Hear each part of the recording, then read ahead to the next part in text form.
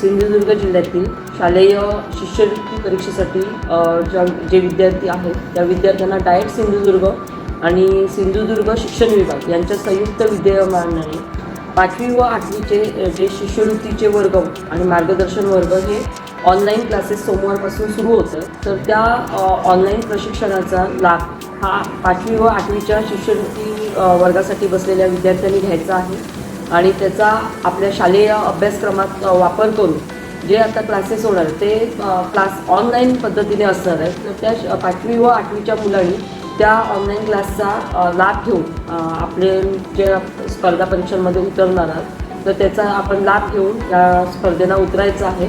आणि यासाठी माझ्या जिल्ह्यातली जी 5वी व 8वीची मुलं शिष्यवृत्तीसाठी बसलेली आहेत त्या सर्व विद्यार्थ्यांना सिंधुदुर्ग जिल्हा परिषद अध्यक्ष म्हणून आणि संपूर्ण जिल्हावासियांकडून मी त्यांना शुभेच्छा देते आणि त्यांनी ह्या ऑनलाईन क्लासेसचा लाभ घ्यावा.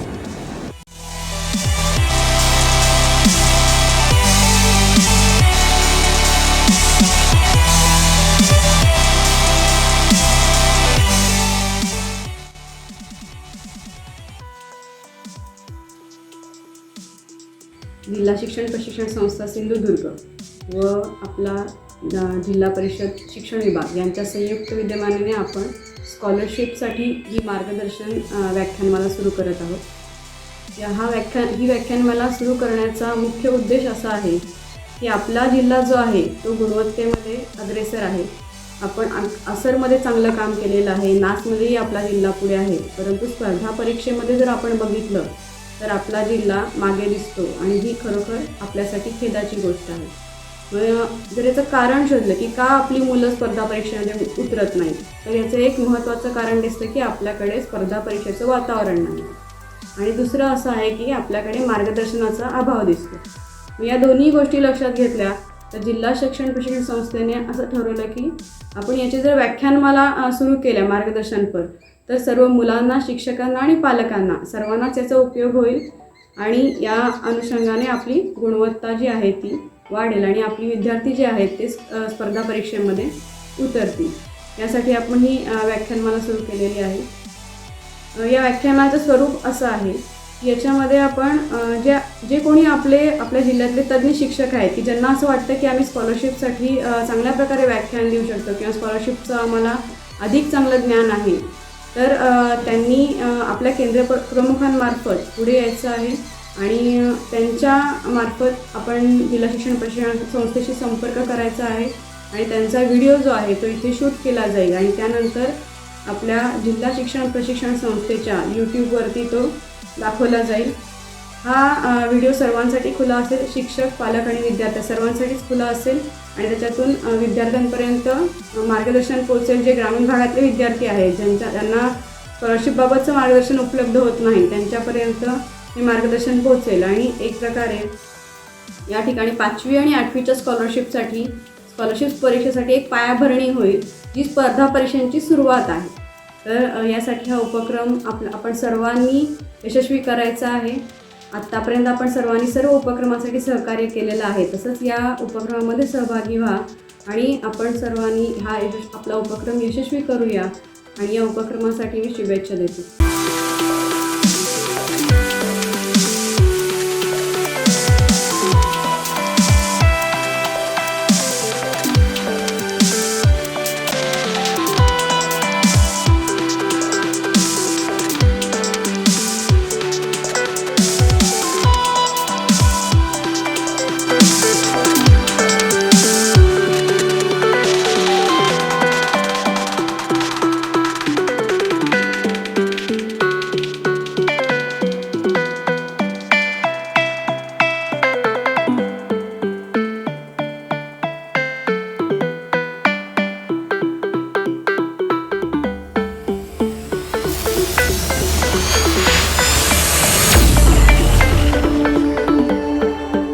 पहिला घटक आहे आपला आंतरराष्ट्रीय व रोमन संख्याचिन्हे.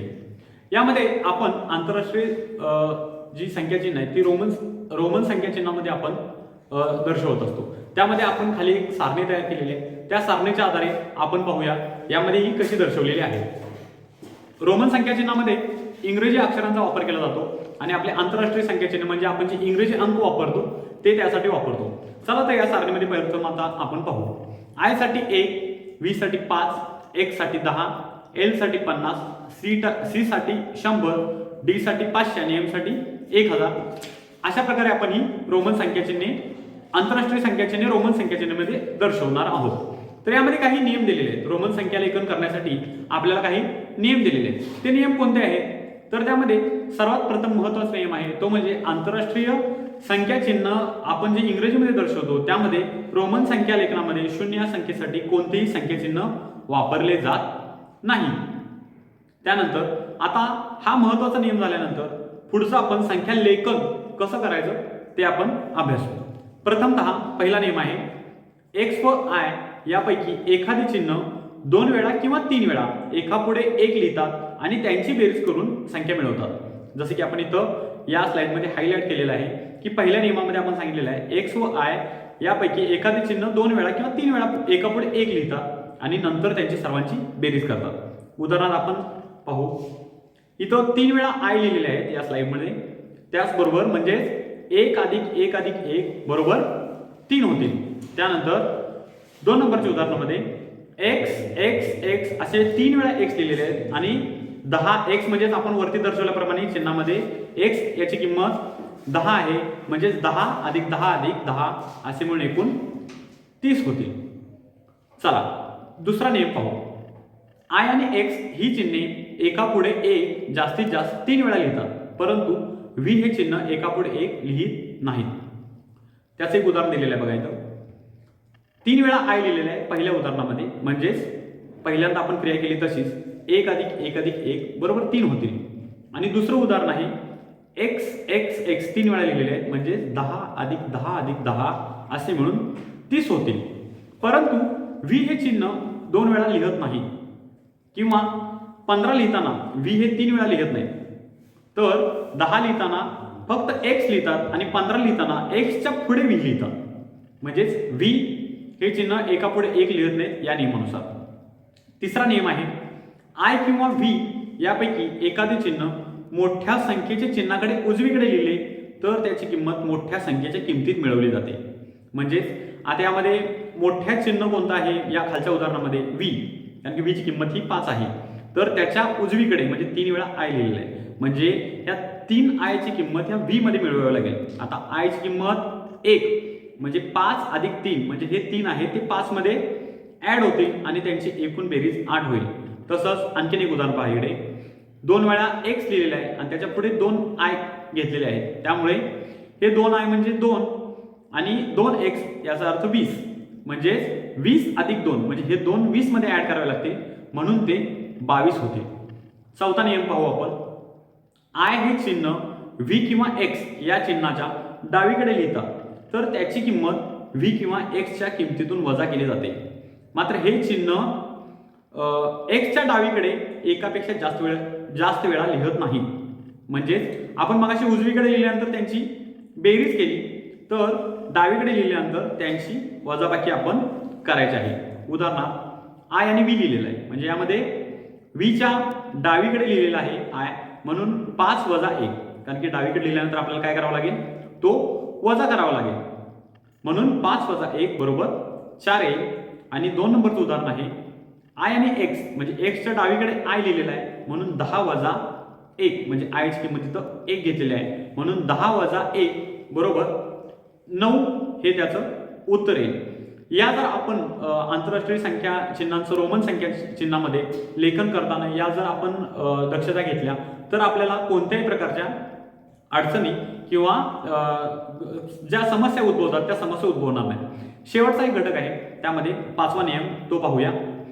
10च्या पुढील संख्या लिहिण्यासाठी प्रथम ती 10, 5 आणि 1 या गटामध्ये विभागून वरील नियमानुसार लेखन करावं लागणार आहे आपल्याला. उदाहरणार्थ आता आपण एक उदाहरण दाखल इथे एक संख्या घेतलेली आहे. 27च्या संख्येचे लेखन करण्यासाठी आपण एक्स एक्स व्ही आणि 2 वेळा आहे असं करावं लागेल कारण की प्रथमतः पहा 27ची फोड करावी लागेल 10 अधिक 10 अधिक 20 अधिक 2 म्हणजे 10ची किंमत तीसाठी एक्स 2 वेळा वापरावं लागेल 5 आहे म्हणून व्ही वापरावं लागेल आणि 1 हे 2 वेळा आलेलं आहे म्हणून ते 2 आय ऍड करून आपल्याला XXV आणि 2 वेळा I असे या संख्येचं लेखन करावं लागेल. त्याचबरोबर आणखीन एक उदाहरण आहे. 67 या संख्येचे लेखन करण्यासाठी आपल्याला काय वापरावं लागेल? प्रथमतः आपण सुरुवातीला जी सारणी बघितली होती त्यामध्ये L वापरला होता, तो 50 या अंकासाठी वापरला होता. म्हणजे L अधिक X अधिक V आणि अधिक 2 वेळा I. म्हणजे L ची किंमत 50, X ची 10, V म्हणजे 5 आणि 2I असे मिळून 2 वेळा. 2 ऍड करावे लागतील. असे मिळून 50 अधिक 10 अधिक 5 अधिक 2 असे मिळून त्या संख्येचे लेखन आपल्याला 67 असे. या संख्येचे लेखन करण्यासाठी L, X, V आणि 2 वेळा I या रोमन संख्या चिन्हाचा आपल्याला वापर करावा लागेल. आता काही इथं सरावासाठी आपण उदाहरण घेतलेले. प्रथमतः पहिलं उदाहरण पहा. XXV आणि 3 वेळा I वापरलेला आहे. आता या संख्येचं आपण खाली आंतरराष्ट्रीय संख्या चिन्हामध्ये पण लेखन केलेलं आहे, पण ते पहिलं उदाहरण समजून घेऊ. XXV आणि 3 वेळा I वजा VI बरोबर किती? असा जर प्रश्न आला तर आपल्याला प्रथमतः त्यांची फोड करून घ्यावी लागेल 5व्या नियमानुसार. 10 अधिक 5 अधिक 1 या गटामध्ये त्यांची विभागणी करून पहिल्यांदा जी किंमत दिलेली आहे त्याची किंमत काढावी लागेल पहिल्या रोमन संख्या चिन्हाची. मग त्याची किंमत किती येईल? 10 अधिक 10 अधिक 5 अधिक 3. आपण ही एकत्रित किंमत इथं खाली लिहिलेली आहे 28 आणि वजा V आणि I म्हणजेच 5 आणि 1 6 ही उजवीकडे आपण त्याच्या लिहिलेली आहे, मग ती त्यामध्ये मिळून 6 होईल. 28 वजा 6 बरोबर 22 आणि त्याचं लेखन देखील केलेलं आहे. 22चं लेखन परत नंतर 10 5 आणि 1 या गटानुसार 10 अधिक 10 अधिक 2 असे म्हणून ते 22 होते. 2 नंबरचा उदाहरण पहा. M वजा C बरोबर किती? M म्हणजे 1000 आणि C बरोबर 100. म्हणजेच आपल्याला याचं आता उत्तर येईल 900. 900 लिहिण्यासाठी आपण आता वरील नियमाचा उपयोग करू. M वजा C म्हणजेच आपण त्यामधून M मधून 100 घालवल्यानंतर 900 मिळणार आहे, म्हणून C हा आपल्या M च्या डावीकडे लिहावा लागेल. 3 नंबरचं उदाहरण. 38 वजा 9 बरोबर किती? 38 याची फोड प्रथमतः आपण अशी करणार आहोत वरील उदाहरणानुसार. X आणि त्यानंतर I नंतर X 2 वेळा X लिहून I आणि X, कारण की तो आपण X हा I हा X च्या डावीकडे लिहिणार आहोत, त्यामुळं तो त्यातून वजा होईल. म्हणजे 10 अधिक 10 आणि परत त्यानंतर 10 आणि त्यानंतर 9 म्हणजे एकूण मिळून 38 होतील. आणि 38 वजा 9 बरोबर डायरेक्ट आपण याचं उत्तर लिहिलेलं आहे XXIX 29 हे उत्तर आहे. दुसरं प्रकरण आहे 10 अंकापर्यंतच्या संख्यांचे वाचन आणि लेखन. 10 अंकापर्यंतच्या संख्यांचे वाचन आणि लेखन कशा प्रकारे करायचं आणि त्यासाठी आपण कोणत्या महत्त्वाची बाबींचा अभ्यास करणार आहोत हे आपण या पुढच्या स्लाइडमध्ये पाहूया. तर पहा, यामध्ये या स्लाइडमध्ये आपण काही दाखवलेले आहेत महत्त्वाचे मुद्दे. प्रथमतः पहिला मुद्दा दिलेला आहे. संख्या वाचन सोपे व अचूक होण्यासाठी एकक, दशक, शतक आणि शतक स्थानानंतर तसेच त्याच्या पुढे हजाराची 2, लक्षाची 2 आणि कोटीची 2 स्थाने व नंतर अब्जाची 2 स्थाने या क्रमाने स्वल्पविराम देऊन अंकाचे गट पडावे. त्यानंतर आपण इथे खाली छोटीशी सारणी तयार केलेली आहे, त्यामध्ये 5 गट केलेले आहेत आणि त्यानुसार या पहिल्याच मुद्द्याला अनुसरून आपण यांच्यामध्ये इथे विभागणी केलेली आहे. पहा, गट क्रमांक 1. गट क्रमांक 1 मध्ये शतक, दशक आणि एकक या 3 अंकांचा आपण समाविष्ट करायचा आहे. त्यानंतर आता स्वल्पविराम द्यायचा कुठे, त्यानंतर अंख्यांचं वाचन करण्यासाठी. नंतर हजार गट क्रमांक 2 मध्ये हजार आणि 10,000. गट क्रमांक 3 मध्ये लक्ष किंवा लाख म्हणजे तसेच 10 लक्ष किंवा 10 लाख याप्रमाणे. चौथ्या गटामध्ये कोटी, दशकोटी आणि 5व्या गटामध्ये अब्ज आणि दशअब्ज अशाप्रमाणे. म्हणजे अंकांचं लेखन किंवा वाचन करण्यासाठी आपल्याला प्रथमतः योग्य ठिकाणी स्वल्पविराम देणं महत्त्वाचं आहे. जर आपण स्वल्पविराम योग्य ठिकाणी दिले तर ते आपल्याला संख्या वाचणं अगदी सोयीस्करपणे सहज शक्य होईल. पहा, इथं खाली उदाहरण दिलेले आहे. यामध्ये वरील सारणीनुसार आपण इथं स्वल्पविराम दिलेले आहे. पहिली एकक, दशक, शतक, नंतर हजार, 10,000, त्यानंतर लक्ष, 10 लक्ष आणि त्यानंतर कोटी, 10 कोटी आणि अब्ज. म्हणजे आता ही संख्या आपल्याला सहज वाचता येईल. बघा, या संख्येचं वाचन देखील दिलेलं आहे आपल्याला इथे. 7 अब्ज 45 कोटी 21 लक्ष 63,129. त्यानंतर दुसरी महत्त्वाची बाब दिलेली आहे, स्वल्पविराम देताना आपल्याला नेहमी संख्येच्या उजवीकडून डावीकडे द्यावे लागणार आहे. आणि त्यानंतर तिसरा मुद्दा आहे, अब्ज, दश कोटी, कोटी, दशलक्ष, लक्ष, 10,000 व हजार या स्थानावरील अंक एकत्रित वाचायचे.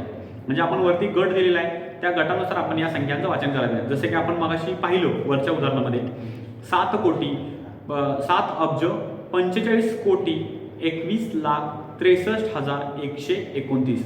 म्हणजे त्या गटातील संख्या आपल्याला एकत्रित वाचावी लागतील, की जेणेकरून आपल्याला संख्या लेखन करताना कोणत्याही प्रकारची अडचण येणार नाही, किंवा संख्या आपल्याला अक्षरात दिल्या तर ते अंकात देता येतील आणि अंकात दिल्या तर अक्षरात आपल्याला त्या ओळखता येतील. इथं काही उदाहरण दिलेली आहेत बघा. आणखीन एक महत्त्वाची इथं काळजी घ्यायची कोणती, संख्या अंकात लिहिताना प्रथम सर्वात मोठ्या स्थानावरील अंक लिहावा. की मागाच्या आपण उदाहरणामध्ये पाहिलं 7 अब्ज म्हणजे अब्जाचा अंक पहिल्यांदा लिहावा लागेल आणि त्यानंतर आपण त्यापेक्षा लहान स्थानावरील दिलेल्या संख्येतील योग्य अंक लिहावा. आणि एखाद्या स्थानावर जर 0 अंक असेल तर त्या स्थानावर 0च हा अंक लिहावा. उदाहरणार्थ खाली इथं दिलेले आहे 15 कोटी 1515. आता याच्यामध्ये 15 कोटी दिलेले आहेत पण लक्ष नाहीत, हजार नाही आहे आणि डायरेक्ट आपण 1515 ही संख्या आपण अंकात लिहिणार आहोत. आता बघा 15 कोटी म्हणजे त्यानंतरचे इथे 2 शून्य कोटी 15 कोटी नंतरची लाख आणि 10 लाखाची दोन्ही ठिकाणी आपण 0. त्यानंतर 1515 इथं दिलेले आहे म्हणजे 10,000चं चिन्ह देखील आपण काय करणार आहोत, 0 देणार आहोत. म्हणजे इथं संख्या कोणत्याही स्थानावर जर अंक नसेल तर आपण तिथे 0 देणार आहोत आणि त्याच्या पुढची आपण संख्या गृहीत धरणार आहोत. त्याच्याच खाली आणखीन एक उदाहरण दिलेलं आहे 5 अब्ज 505.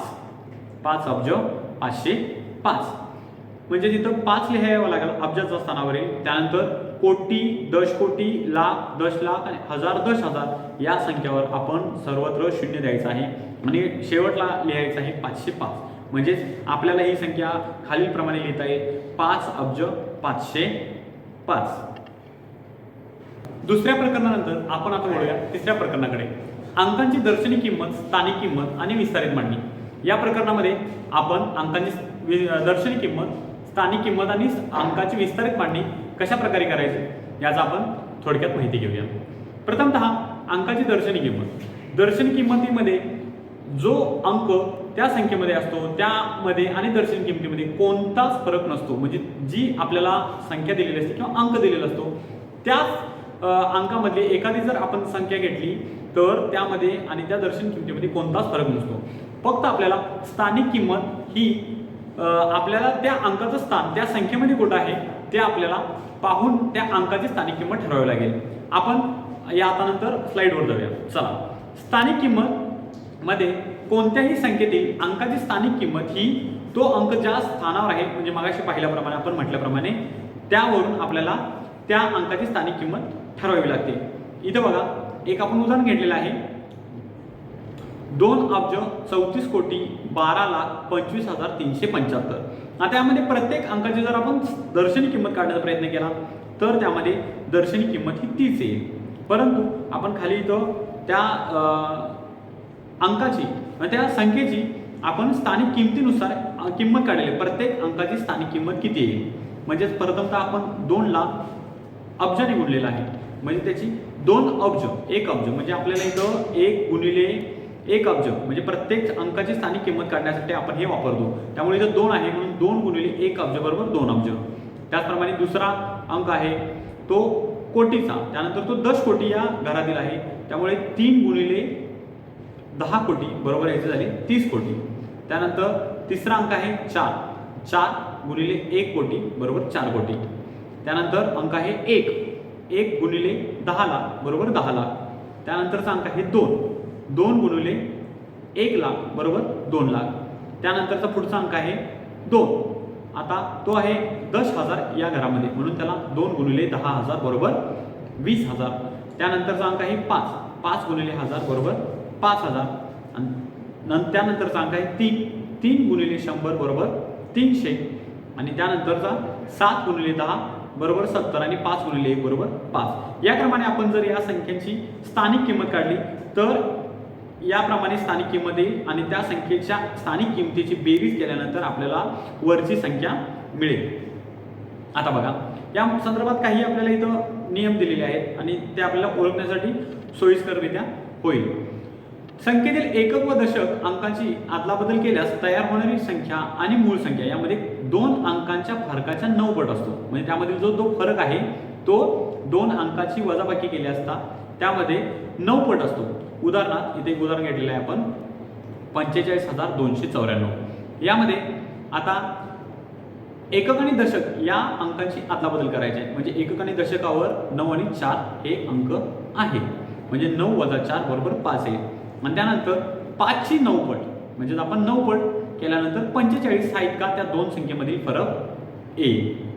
त्यानंतरचा दुसरा मुद्दा बघा, जर एकक आणि दशक या स्थानावर एकच अंक असेल तर त्याच्या स्थानिक किमतीत अंकाच्या 9 पट फरक असतो. उदाहरणार्थ 91,433. आता यामध्ये एकक आणि दशक या स्थानावर 3 हा समान अंक आहे. त्यामुळे आता आपल्याला काय करावं लागेल, 3 हा अंक आहे तर त्याच्या 9 पट फरक आहे त्या 2 अंकामधला, म्हणजे त्यांच्या स्थानिक किमतीमधला. बघा 9 पट म्हणजे आता आपल्याला किती अंक दिलेला आहे समान, 3 एकक आणि दशक. 3 × 9 = 27 असं देखील होईल. किंवा तो आपण सविस्तररित्या पाहायचा गेला तर 30 - 3 = 27 होईल. म्हणजेच आता इथं आपण कंसात इथे दिलेलं आहे दिलेला फरक किंवा आता आपल्याला फरक देतील आणि त्याची 9 पट. म्हणजे आता समजा हे उदाहरण उलट्या रीतीने दिलं की अंक न देता इथं फरक दिला आणि जर तिथे दिले की या फरकातील इथे दिलेल्या स्टार या संख्येवरील संख्या चिन्ह संख्या ओळखा, तर आपल्याला दिलेल्या फरकाला 9 न भागला असता आपल्याला तो फरक अचूकरित्या मिळेल. बघा इथं आपण एक उदाहरण घेतलेलं आहे 61,618 आणि पुढे 2 स्टार दिलेले आहे. आता या स्टारच्या ठिकाणी येणाऱ्या स्थानिक किमतीतला फरक 45 आहे. तर स्टारच्या जागी कोणता अंक येईल, म्हणजे आपल्याला यासाठी आपल्याला काय करायचं आहे, आता दिलेला फरक किती आहे 45. 45/9. आता ती पट पण काढून येता येतं, पण डायरेक्ट आपण इथं भागाकार केला तर आपल्याला तो डायरेक्ट अंक मिळेल. त्यानंतर पुढे बघा, जर शतक आणि एकक, आता आपण वरती एकक आणि दशकचं बघितलं, आता आपण शतक आणि एकक या स्थानावर एकच अंक असेल तर काय करायचं, तर त्यांच्या स्थानिक किमतीतील फरक हा अंकांच्या 99 पट असतो. म्हणजे 757 मध्ये शतक आणि एकक या स्थानावर 7 हा अंक आहे. किती अंक आहे, 7 हा अंक आहे. म्हणजे आता शतकाची संख्या 700 आणि एककाची 7, म्हणजे 700 - 7 = 693. म्हणजे 799 पट ही 693 ही येईल. जर फरक काढायला सांगितलं तर फरक काढता येईल असा, किंवा जर फरक दिला असता आणि अंक शोधायचा आहे तर वरील सूत्राप्रमाणे फक्त यामध्ये ऍड करावा लागेल, तो म्हणजे दिलेला फरक भागिले 99, म्हणजे आपल्याला ते उत्तर सहजरित्या मिळून जाईल. बघा आणखीन एक उदाहरण घेतलेले आपण आता प्रथमतः आपण एकक आणि दशक बघितलं, त्यानंतर शतक आणि एकक बघितलं. आता मधल्या 2 अंकाचा फरक कसा काढायचा तो आपण पाहूया. उदाहरणार्थ दिलेलं आहे, या 4 अंकी संख्येतील स्टारच्या जागी समान अंक असून त्याच्या स्थानिक किमतीतील फरक 720 आहे, तर तो अंक कोणता. आता यामध्ये बघा उत्तर आपण 8 दिलेलं आहे, त्याचं स्पष्टीकरण खाली आपण दिलेलं आहे, ते सगळ्यात महत्त्वाचं आहे. स्थानिक किमतीतील फरक आता किती दिले आपल्याला 720. त्या स्थानिक किमतीतील फरकामधला पहिला अंक कोणता आहे. उदाहरणार्थ आपण आता तो फरक 720 घेतला तर त्यामध्ये पहिला अंक आहे 7 आणि 7च्या पुढील अंक क्रमाने येणारा 8, म्हणून आपण त्याचं उत्तर 8 लिहायचं आहे. तुम्ही ही उदाहरणं घरी देखील करू शकताय, सरावासाठी करू शकताय आणि अभ्यासून करा. आणि सगळ्यात महत्त्वाचं म्हणजे आपल्याला कोणता फरक काढायचा आहे तो नीट समजून आपण मग कोणती क्रिया करायची हे आपण लक्षात ठेवून अशा प्रकारची उदाहरणं सोडवली पाहिजे. चला त्यानंतरचं आपण 4थं प्रकरण पाहूया, 1 ते 100 या संख्यावर आधारित प्रश्न. तर आपण स्लाइडमध्ये आता पाहूया. 1 ते 100 मध्ये कोणता अंक किती वेळा येतो, दिलेला अंक असणाऱ्या नसणाऱ्या संख्या, त्याचबरोबर अंक असणाऱ्या आणि नसणाऱ्या 2 अंकी संख्या, या प्रकारचे आपल्याला वारंवार प्रश्न विचारले जातील. तर आपण यामध्ये या स्लाइडमध्ये एक छोटीशी सारणी तयार केलेली आहे आणि म्हणजे तो तक्ता विद्यार्थ्यांनी अभ्यासला तर आपल्याला विद्यार्थ्यांसाठी बरंचसं काम सोपं होईल. या बाजूला बघा अंक दिलेले आहेत 0, 1 आणि 2 ते 9. त्यानंतर पुढे आपण 3 प्रकारच्या सारण्या केलेल्या आहेत, कॉलम केलेले आहेत. त्यामध्ये 1 ते 100 वेळा 0 हा अंक किती वेळा येतो, म्हणजेच हा अंक इथं डॉट दिलेले आहे, तो अंक ठेवून ते वाक्य वाचल्यानंतर आपल्याला खालचं उत्तर मिळेल त्याच्या समोरचं. बघा मी वाचतो इथे, 0 हा अंक 1 ते 100 मध्ये किती वेळा येतो? त्याचं उत्तर आपल्याला इथे लिहिलेलं आहे 11. तसंच 0 अंक 2 अंकी संख्यामध्ये किती वेळा येतो? 9 वेळा. आणि 0 अंक असणाऱ्या 2 अंकी संख्या किती? 9. त्यानंतर खालचा अंक आहे 1. 1 हा अंक 1 ते 100 मध्ये किती वेळा येतो? 21. 1 अंक 2 अंकी संख्यामध्ये किती वेळा येतो? 19. आणि 1 अंक असणाऱ्या 2 अंकी संख्या किती? 18. आणि त्यानंतर 2 ते 9 अंकांसाठी हे सर्व नियम लागू होतात खालचे. 2 पैकी 2 नंतर क्रमानंतर 9 पर्यंत आपण कोणताही अंक घेतला तर तेच संख्या राहतात, त्यामध्ये बदल होत नाही. 2 घ्या, 3 घ्या. आपण बघा 2 हा अंक 1 ते 100 मध्ये किती वेळा येतो? 20. त्यानंतर 2 हा अंक 2 अंकी संख्यामध्ये किती वेळा येतो? 19 वेळा. आणि 2 अंक असणाऱ्या 2 अंकी संख्या एकूण किती? 18. त्यानंतर बघा 1 ते 100 पर्यंतच्या संख्या लिहिल्या असतात, त्यामध्ये एकूण संख्या कोणत्या आणि किती आहे? एकूण 1 अंकी संख्या 9 आहेत, त्या 1 ते 9 या क्रमाने. त्यानंतर 2 अंकी संख्या एकूण 90 आहेत, त्या 10 पासून सुरू होऊन 99 पर्यंत आहेत. त्यानंतर 3 अंकी संख्या एकूण एकच आहे, 1 ते 100 याचा विचार करता, आणि ती फक्त एकमेव आहे, ती म्हणजे 100. त्यानंतरच्या दुसऱ्या स्लाइडवर आपण जाऊ. बघा इकडे 1 ते 100 या संख्यामध्ये एकक स्थानी 0 असलेल्या एकूण संख्या किती आहे? तर ते आहेत 10. त्या क्रमाने आपण इथं खाली लिहिलेले आहेत 10, 20, 30, 40, 50, 60, 70, 80, 90, 100. त्यानंतर 1 ते 100 या संख्यामध्ये दशक व एकक स्थानी समान अंक असणाऱ्या 9 संख्या आहेत. आणि या सर्व संख्या सर्वात महत्त्वाचं 11च्या पटीतल्या आहेत. म्हणजे आपण 11चा पाढा फक्त 100 पर्यंतचा विचार करायचा आहे. 100 पर्यंत जर म्हटलं असता तर 11च्या पटीतल्या या संख्या 11, 22, 33, 44, 55, 66, 77, 88 आणि 99 अशा आहेत. त्यानंतर 1 ते 100 पर्यंतच्या संख्यामध्ये 50 सम संख्या आहेत, त्याचबरोबर 50 विषम संख्या आहेत, आणि एकूण त्यामध्ये 25 मूळ संख्या आहे.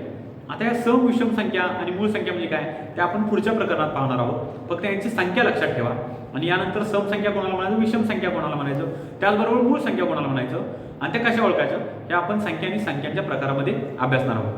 त्यानंतर खाली एक सारणी केलेली आहे. ही सारणी खूप सोप्या पद्धतीने विद्यार्थ्यांना समजण्यासाठी उपयोगी पडेल असं वाटतं. तर यामध्ये संख्यांची बेरीज दिलेली आहे. बघा इथं 1 ते 10 अंकांच्या संख्यांची सर्व अंकांची बेरीज, सर्व संख्यांच्या अंकांची बेरीज आपण जर केली तर ती होते 55. त्यानंतर क्रमाने इथं 11 ते 20, 21 ते 30, 31 ते 40 असं 91 ते 100 पर्यंत आपण ती सारणी तयार केलेली आहे. आता इथं काय लिहिलेलं आपण 1 ते 10 या सर्व अंकांची मिळून बेरीज किती होते? 55. त्यानंतर 11 ते 20 155. यामध्ये प्रत्येक वेळी पुढचा येणारा शतक आपण बदलला, म्हणजेच 55 नंतर 155 झाले, 255 झाले, 355 झाले. किंवा त्याच्यापेक्षाही सोपी आयडिया, आपण जी वर लिहिलेली 11 ते 20 आपण 55 हा कॉमन घेऊया आणि 11 ते 20 यातली मधली विचारली, म्हणजे 11 मधला पहिला अंक कोणता? 1, म्हणून इथं लिहिला 1. आता समजा आपल्याला रँडमली विचारली 61 ते 70 यामधली संख्यांची सर्व बेरीज सांगा, तर आपण 55 हा कॉमन घेतला, 6 आहे म्हणून पहिला अंक कोणता आहे? 6. 61 ते 70 मधली विचारली म्हणून 6चा आपण 6 घेतला. उदाहरण आणखीन एक पाहू. बघा 41 ते 50 यामधली विचारली, तर 55 आपण सगळीकडेच घेतली, तर कोणत्या अंकातले विचारले? 41 ते 50 म्हणून 4 आहे तसा त्याच्यावर घेतला, म्हणजे आपल्याला त्याची बेरीज 455 ही मिळेल. म्हणजे विद्यार्थ्यांना पाठ करण्याची काही गरज नाही, की ते सहजरित्या अगदी सहज समजून विद्यार्थ्यांना जाईल. तर अशा प्रकारे आपण या चौथ्या प्रकरणामध्ये 1 ते 100 या संख्येवर आधारित जे प्रश्न येतात त्यांचा अभ्यास आपण अगदी सोयीस्कर पद्धतीने, सोपस्कर पद्धतीने अभ्यासला. तर आपल्याला या जर महत्त्वाच्या या 2-3 सारण्या आणि या संख्यांची बेरीज आणि हे जर संख्या आणि ही जे काही क्लुप्त्या आहेत त्या जर आपण लक्षात ठेवल्या तर आपल्याला या प्रकरणामध्ये जास्त काही शंका येतील असं वाटत नाही. आणि जेणेकरून आपण जर त्याचा जास्त सराव केला, फक्त यामध्ये महत्त्वाचं आहे प्रश्न नीट वाचला पाहिजे आणि नीट वाचून नीट समजून मग तो सोडवला पाहिजे. तर आपण आता चौथ्या प्रकरणानंतर बोलूया 5व्या प्रकरणाकडे. 5व्या प्रकरणाचं नाव आहे मोठ्यात मोठी आणि लहानात लहान संख्या तयार करणे. तर या स्लाइडमध्ये आपण आता पहा, दिलेले अंक वापरून आपल्याला संख्या बनवताना खालील सांगितलेल्या अटींचा विचार करावा, की की जेणेकरून आपल्याला मोठ्यात मोठी आणि लहानात लहान संख्या तयार करताना काही अडचण येणार नाही. आता इथं बघा, आपण एक संख्या बनवलेली आहे. मोठ्यात मोठी संख्या बनवताना दिलेल्या अंकाचा उतरता क्रम लावावा. म्हणजे या अंकापासून आपण आता संख्या बनवायची म्हटली तर आता हा ऑलरेडी तो उतरता क्रम लावून इथं संख्या बनवलेली आहे. तर त्यामध्ये दुसऱ्या नंबरचा महत्त्वाचा मुद्दा, लहानात लहान संख्या बनवताना 0 हा अंक नसल्यास दिलेल्या अंकाचा चढता क्रम लावावा. म्हणजे मोठ्यात मोठी संख्या बनवताना आपल्याला उतरता क्रम लावावा लागतो. त्याच्या विरुद्ध लहानात लहान संख्या बनवताना 0 हा अंक नसेल तर आपल्याला अंकांचा चढता क्रम लावावा लागेल. एक खाली उदाहरण घेतलेलं आहे, आपण ते पण पाहू. पण त्यानंतर आणखीन एक यामध्ये नियम आहे की लहानात लहान संख्या बनवताना जर दिलेल्या अंकामध्ये 0 असेल तर अंकांचा चढता क्रम लावताना 0 हे सुरुवातीला न घेता दुसऱ्या स्थानावर घ्यायला लागणार आहे आपल्याला. चला उदाहरण पाहू आपण. इथं काही अंक दिलेले आहेत 5, 8, 0, 3 आणि 2. आता या अंकापासून संख्या बनवताना पुढील प्रमाणे आपल्याला क्रम लक्षात घ्यावायचा आहे. कधी तर आपल्याला लहानात लहान संख्या बनवता त्यावेळी. तर यामध्ये 5, 8, 0, 3, 2 मध्ये सर्वात लहान अंक आहे 0. परंतु यामध्ये 0 असल्यामुळे आपण त्यानंतरच्या अंकाचा विचार करू तर तो अंक आहे 2. 2 नंतर आपल्याला 0ला ठेवायचा आहे. मग 2, 0, 3, 5 आणि 8 याप्रमाणे क्रम मांडला असता तर आपल्याला ही लहानात लहान संख्या मिळणार आहे. तर ती कोणती संख्या आहे? 20,358. जर आपण 0 सुरुवातीला घेतला तर आपल्याला 5 अंकी संख्या मिळणार नाही, तर ते आपल्याला 4 अंकी संख्या मिळणार आहे. चला पुढच्या स्लाइडवर बघा. आता काही वेळेला कसं होतं, स्कॉलरशिपच्या प्रश्नामध्ये अंकांची संख्या कमी दिलेली असते, पण आपल्याला त्यापासून समजा एक 4 अंक दिले असतील तर त्यापासून आपल्याला 6 अंकी संख्या बनवायची असते, 5 अंकी संख्या बनवायची असते. तर त्यावेळेला आपल्याला काय करावं लागतं, तर त्यावेळी आपल्याला अंकांची पुनरावृत्ती करावी लागते. कोणत्या वेळी, कोणत्या अंकाची? तर लहान संख्या बनवताना आपल्याला लहान अंकाची आणि मोठ्यात मोठी संख्या बनवताना आपल्याला मोठ्या अंकाची पुनरावृत्ती करावी लागते. पुनरावृत्ती म्हणजे काय? पुनरावृत्ती म्हणजे परत परत तोच अंक लिहिणे, म्हणजे पुन्हा पुन्हा लिहिणे म्हणजेच पुनरावृत्ती. तर आता बघा, एक आपण इथं उदाहरण घेतलेलं आहे 1 नंबरला 3056. आता यामध्ये 0 आपण मुद्दाम घेतलेला आहे. या सर्व अंकांचा वापर करून तयार होणारी 6 अंकी लहानात लहान संख्या. तर यामध्ये आता अंक आहेत एकूण 4, पण त्यापासून आपल्याला 6 अंकी संख्या बनवायची आहे लहानात लहान. तर 0 नंतरचा अंक 3 म्हणून आपण 3 ला घेतला. 3 आता 1, 3 हा अंक झाला, त्यानंतर उरले 3. आता 5 आणि 6 सोडले तर आपल्याला 3 नंतर हे 2 आणि 3 अंक होतील, म्हणजे 0 आपल्याला 3 वेळा घ्यावा लागेल. म्हणून 3 नंतर 0 हा 3 वेळा घेतला आणि त्यानंतर शेवटी 5 आणि नंतर 6 हे अंक लिहिल्यानंतर आपल्याला संख्या ही मिळेल 3,56. बरोबर आहे. त्यानंतर पुढे दुसऱ्या नंबरचं उदाहरण दिलेलं आहे 4983. या सर्व अंकांचा वापर करून आपल्याला 6 अंकी मोठ्यात मोठी संख्या बनवायची आहे. आता यामध्ये मोठ्यात मोठी संख्या बनवताना आपल्याला उतरत्या क्रमाने अंकांचा वापर करायचा आहे. 9 हा अंक आपल्याला 3 वेळा घ्यावा लागेल आणि उर्वरित अंक 8, 4, 3 याप्रमाणे त्यांची मांडणी करून या संख्येचं लेखन करावयाचं आहे. यामध्ये संख्या मिळणार आहे आपल्याला 9,99,843. खाली इथं सर्वात महत्त्वाची सूचना दिलेली आहे, जी मागाशी देखील मी सांगितली. प्रश्नातील सूचना नीट वाचणं आवश्यक आहे, जेणेकरून आपल्याला काय होतं की प्रश्न सोपे असतात पण ते आपण नीट समजले नसल्यामुळे ते आपल्याला अवघड होतात आणि ते नीट समजून आपण सोडवणं आवश्यक आहे या वेळेला. कारण की हे सोपे मार्क आहेत, हे विद्यार्थ्यांच्या हातातून सहजरित्या जाऊ शकतात जर त्यांनी नीट प्रश्न नाही वाचला तर. की जेणेकरून आता बघा, आपण वरच्या उदाहरणामध्ये परत एकदा जाऊया. 4983 या सर्व अंकांचा वापर करून तयार होणारी 6 अंकी मोठ्यात मोठी संख्या आपण ही तयार केली 9,99,843. पण त्याच साधर्म्याची हा जर पर्याय क्रमांक 4 असेल तर पर्याय क्रमांक 1 मध्ये ते उत्तर देतील 99,843. म्हणजे पहिला 9 त्यामध्ये नसेल आणि मुलांचा दिसण्यामध्ये भ्रम होऊन ती पहिल्या पर्यायाला गोल करते, की जेणेकरून त्यांनी उत्तर बरोबर काढलं असेल पण लिहिताना त्यांनी चुकीचं लिहिलं. त्यामुळे जो प्रश्न दिला आहे त्यामध्ये सूचना नीट वाचणं आवश्यक आहे, त्याचबरोबर तो वाचून समजून घेऊन सोडवणं आवश्यक आहे. त्यानंतर सरावासाठी आणखी एक उदाहरण घेतलेलं आहे इथे. हे पहा, अशा प्रकारचे प्रश्न आपल्याला विचारलेले असतात. हे स्कॉलरशिपच्या परीक्षेमध्ये विचारलेला प्रश्न आहे हा. बघा, 4, 5, 6, 0, 8 हे अंक एकदाच वापरून तयार होणारी मोठ्यात मोठी 5 अंकी संख्या आणि लहानात लहान 5 अंकी संख्या आहे यांच्या बेरजेची निमपट किती. म्हणजे सर्वात प्रथम या अंक घ्यायचे आहेत, याच्यापासून मोठ्यात मोठी 5 अंकी संख्या बनवायची आणि त्यानंतर लहानात लहान 5 अंकी संख्या बनवायची आणि त्यानंतर त्यांची बेरीज करून त्याची निमपट करायची. म्हणजे यामध्ये 2 ते 3 क्रियांचा समावेश आहे. तर आता पहिला पाहूया आपण सर्वात मोठी संख्या बनवूया. 4 5 6 0 8 यापासून तयार होणारी सर्वात मोठी संख्या आहे. पहिल्यांदा घेतला 8, त्यानंतर घेतला 6, नंतर 5, नंतर 4, नंतर 0 म्हणजे 86,540 ही संख्या आपल्याला मिळेल. सर्वात लहान संख्या बघा 4, नंतर 0, नंतर 5, नंतर 6 आणि नंतर 8. या ठिकाणी आपण अंक ठेवले असता 40,568 ही संख्या आपल्याला मिळेल. आपली क्रिया अजून संपलेली नाही. त्याच्या पुढे जाऊन आपल्याला या 2 संख्यांची काय करावी लागेल, बेरीज करावी लागेल. 86,540 अधिक 40,568 या 2 संख्यांची बेरीज केल्यानंतर आपल्याला 1,27,108 हे उत्तर मिळेल. आणि त्यानंतर यांच्या बेरजेची निमपट विचारलेली. निमपट म्हणजे काय करावं लागेल, आपल्याला त्याला 2 ने भागावे लागेल किंवा त्याचे 2 भाग करावे लागतील. तर 1,27,108 याची निमपट बरोबर 63,544 म्हणजे उत्तर पर्याय क्रमांक 3 हा आपल्याला मिळेल. 63,554. तर मी मगाशी सांगितली ती सूचना ती बघा. आता इथे त्यांनी वापर केलेला नाही आहे, पण त्याच संदर्भाने 2 नंबरचा पर्याय बघा 45,554 आणि 3 नंबरचा पर्याय आहे 63,554. मग चुकून मुलं आपली गडबडीनं 45,554 उत्तर बरोबर काढतील 63,554, परंतु लिहिताना ते पर्याय क्रमांक 2 लिहिण्याची दाट शक्यता असते. चला 5व्या प्रकरणानंतर आपण जाऊया आता 6व्या प्रकरणाकडे. 6व्या प्रकरणाचं नाव आहे संख्यांचा चढता आणि उतरता क्रम आणि त्याचबरोबर संख्यांची तुलना.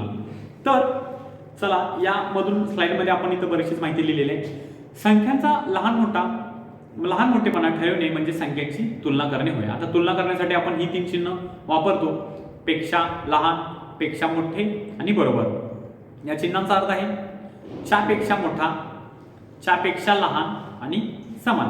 म्हणजे एखाद्या संख्येपेक्षा मोठा अंक असेल तर तो कोणत्या ठिकाणी आणि कोणतं चिन्ह वापरायचं आणि ते कशा प्रकारे वापरायचं या चिन्हांचा अर्थ आणि या चिन्हांचा चिन्ह कोणतं आणि चिन्हाचा अर्थ हे इथं दिलेलं आहे. तर संख्यांचा चढता उतरता क्रम लावताना आपल्याला त्या संख्यांची काय करावी लागते, तुलना करावी लागते.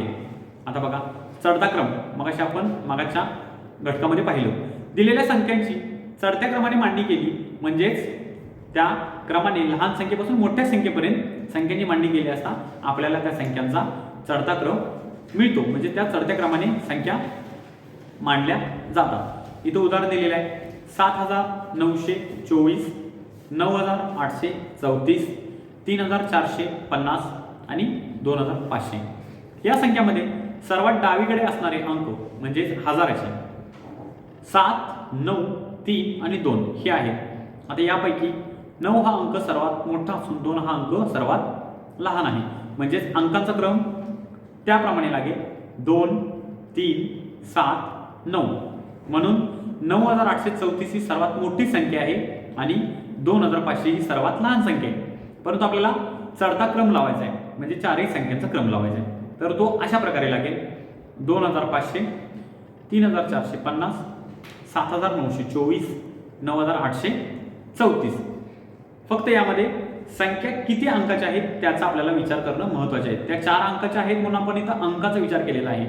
जेणेकरून इथे जर 5 अंकाची संख्या असती आणि जर सुरुवातीला 1 असतं तर ती संख्या लहान होणार नाही, कारण की समान अंक त्या संख्येमध्ये असणे आवश्यक आहे.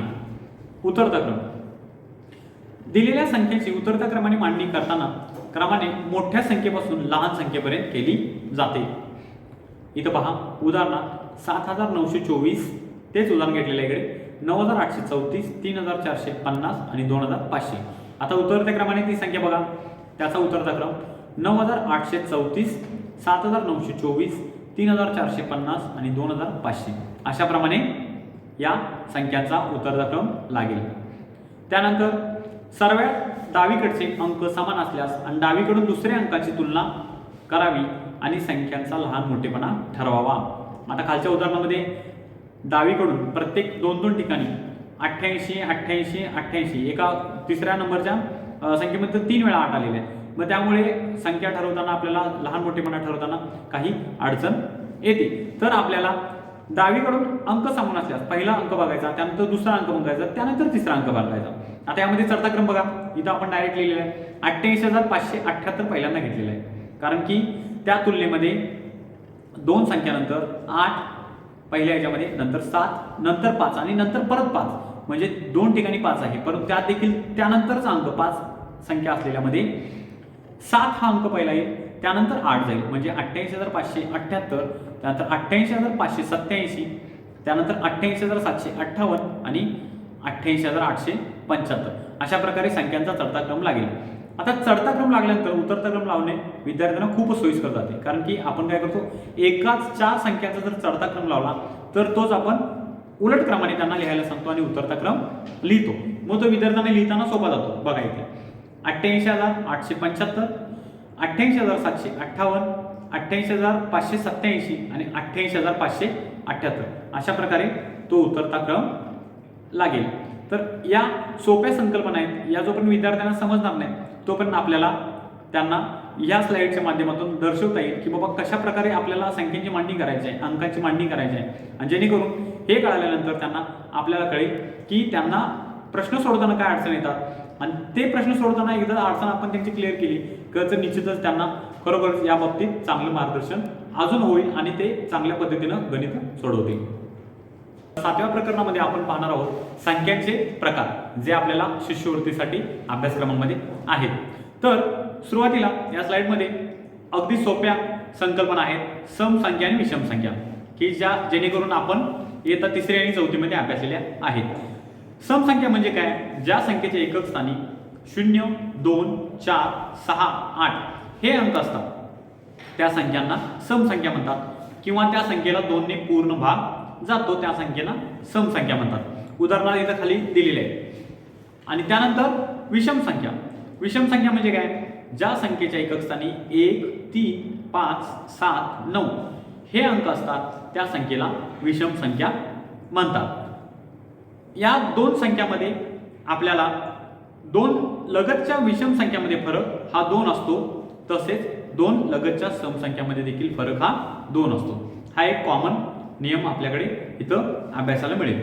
त्यानंतर एक विषम संख्या x मानल्यास तिच्या लगतची पुढची विषम संख्या कशी काढायची, तर त्यामध्ये इथं सूत्र दिलेलं आहे कंसामध्ये x अधिक 2 ही पुढील विषम संख्या असते. उदाहरणार्थ 31 आणि 33 मध्ये 2चा फरक आहे, वरचा नियम आपण इथं त्याला लागू केला. आणि जर एक विषम संख्या 43 असेल, एक विषम संख्या 43 असेल तर मागील संख्या काढण्यासाठी आपल्याला x वजा 2 करावा लागेल, आणि पुढील संख्या काढण्यासाठी x अधिक 2, म्हणजे आता x म्हणजे यामध्ये ही 43 विषम संख्या धरली तर मागील संख्या काढण्यासाठी 43 वजा 2 बरोबर मागील संख्या मिळेल आपल्याला 41, आणि पुढील संख्या आपल्याला काय मिळेल x अधिक 2 म्हणजे 43 अधिक 2 बरोबर 45 मिळेल. तर अजून इथं काही थोडे नियम आहेत बघा. विषम संख्येत 2 मिळवल्यास पुढील संख्या आपल्याला काय मिळते, विषम मिळते. आपण इथं उदाहरणं घेतलेली आहेत, पण याच्या ऐवजी तुम्ही देखील उदाहरणं घेऊन घरामध्ये अभ्यास करा. बघा, विषम संख्यामध्ये 2 मिळवल्यास आपल्याला पुढील कोणती संख्या मिळते, विषम. उदाहरणार्थ 331 अधिक 2 बरोबर कोणती मिळाली, 333. त्यानंतर दुसरं, विषम संख्येत 1 मिळवल्यास पुढील संख्या आपल्याला काय मिळते, सम मिळते.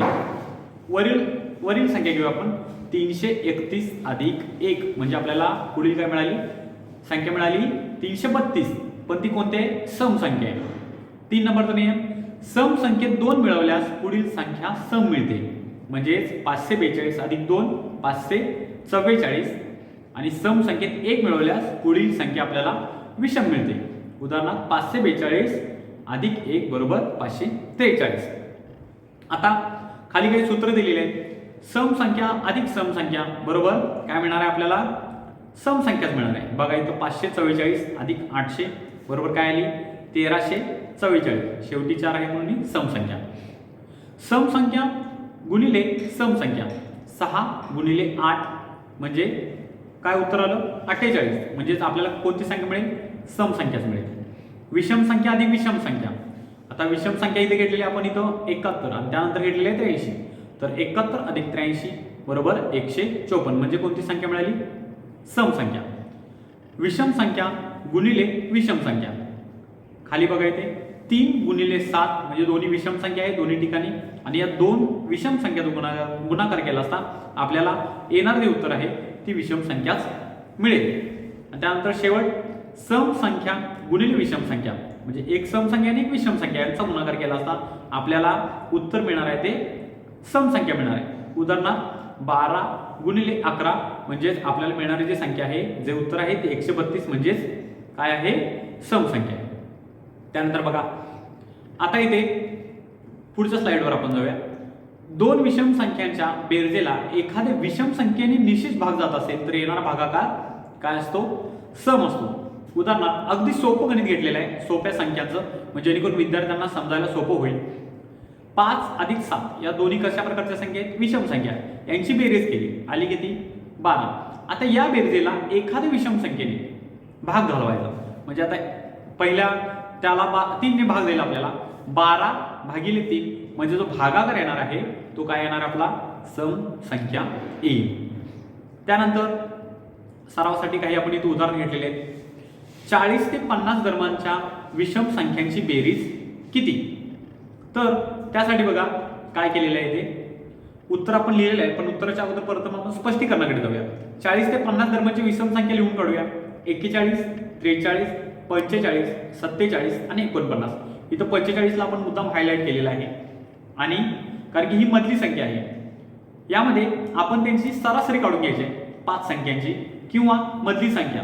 जर विषम संख्या असतील तर इकडे म्हणजे विषम संख्याची आकडेवारी असेल तर एकूण 5 आहेत म्हणजे 5 संख्या विषम आहेत. जर 6 असतील तर आपल्याला त्याची सरासरी काढून घ्यावी लागेल. तर 45 मधली संख्या गुणिले एकूण संख्या म्हणजे 45 गुणिले 5 बरोबर आपल्याला काय मिळेल 225. ही या 40 ते 50 दरम्यानच्या विषम संख्यांची बेरीज आपल्याला मिळेल. पुढचा जो घटक आहे तो मूळ संख्या. आता आपण सम आणि विषम संख्या झाल्यानंतर आपण आता मूळ संख्याकडे येत आहोत. एकाहून मोठ्या अशा ज्या संख्येला एक किंवा तीच संख्या याशिवाय दुसऱ्या कोणत्याही संख्येने निशेष भाग जात नाही त्या संख्येला मूळ संख्या असे म्हणतात. उदाहरणार्थ 31 47 83 आणि 97. इथे बघा महत्वाची संकल्पना आहे. या संख्यामध्ये फक्त या संख्यांना 1 आणि ती संख्या म्हणजे 31 ला आता जर भाग घालवायचा म्हटला तर यामध्ये फक्त 1 आणि 31 या दोन संख्याने 31 या संख्येला भाग जाईल अन्यथा दुसऱ्या कोणत्याही संख्येने भाग जाणार नाही. त्याचप्रमाणे 47 83 97 अशा संख्यांना 1 आणि फक्त ती संख्या या संख्येव्यतिरिक्त कोणत्याही संख्येने निशेष भाग जात नाही तर त्या संख्यांना मूळ संख्या असं म्हटलं जातं. त्यानंतर दुसरी संकल्पना आहे संयुक्त संख्या. आता संयुक्त संख्या म्हणजे काय 2 पेक्षा जास्त विभाजक असणाऱ्या संख्यांना संयुक्त संख्या असे म्हणतात. म्हणजे आपण मूळ संख्येमध्ये बघितलं होतं 1 आणि ती संख्या म्हणजे संयुक्त संख्येमध्ये 2 पेक्षा जास्त म्हणजे ती संख्या आणि 1 या संख्येनंतर निश्चित भाग जाईल पण त्याच्या व्यतिरिक्त जर तिसरा एखादा विभाजक असेल तर ती संख्या आपण संयुक्त संख्या म्हणून ओळखतो. उदाहरणार्थ 4 6 8 9 10. आता यामध्ये एक उदाहरण घेतलेलं आपण 6 संख्या घेऊया. 6 संख्येला 1 व 6 व्यतिरिक्त 2 ने भाग जातो 3 ने भाग जातो. 10 संख्या घेतली तर 10 या संख्येला 1 ने भाग जातो 2 ने जातो 5 ने जातो आणि 10 ने जातो म्हणून ही संख्या काय आहे संयुक्त संख्या आहे. आता इथे आपण सारणी तयार केलेली आहे. इथे 2 ते 10 संख्यामध्ये 2 ते 10 या अंकामध्ये मूळ संख्या किती आहे एकूण मूळ संख्या एकूण किती आहेत आणि एकूण संयुक्त संख्या किती आहेत. मूळ संख्या कमी आहेत आणि त्यांची किती मूळ संख्या आहेत एकूण तर त्यांची आपण इथं रचना या सारणीमध्ये करून दिलेली आहे. त्याचबरोबर एकूण संयुक्त संख्या किती आहे त्याची देखील इथं संख्या लिहिलेली आहे आणि इथं देखील लिहिलेलं आहे पहा 2 ते 100 पर्यंतच्या एकूण मूळ संख्या किती आहे 25 आणि 74 या कशा आहेत संयुक्त संख्या आहेत. त्याचबरोबर एक ही संख्या मूळ संख्याही नाही आणि संयुक्त संख्याही नाही. त्यानंतर पुढच्या स्लाइडमध्ये चला जोडमूळ संख्या.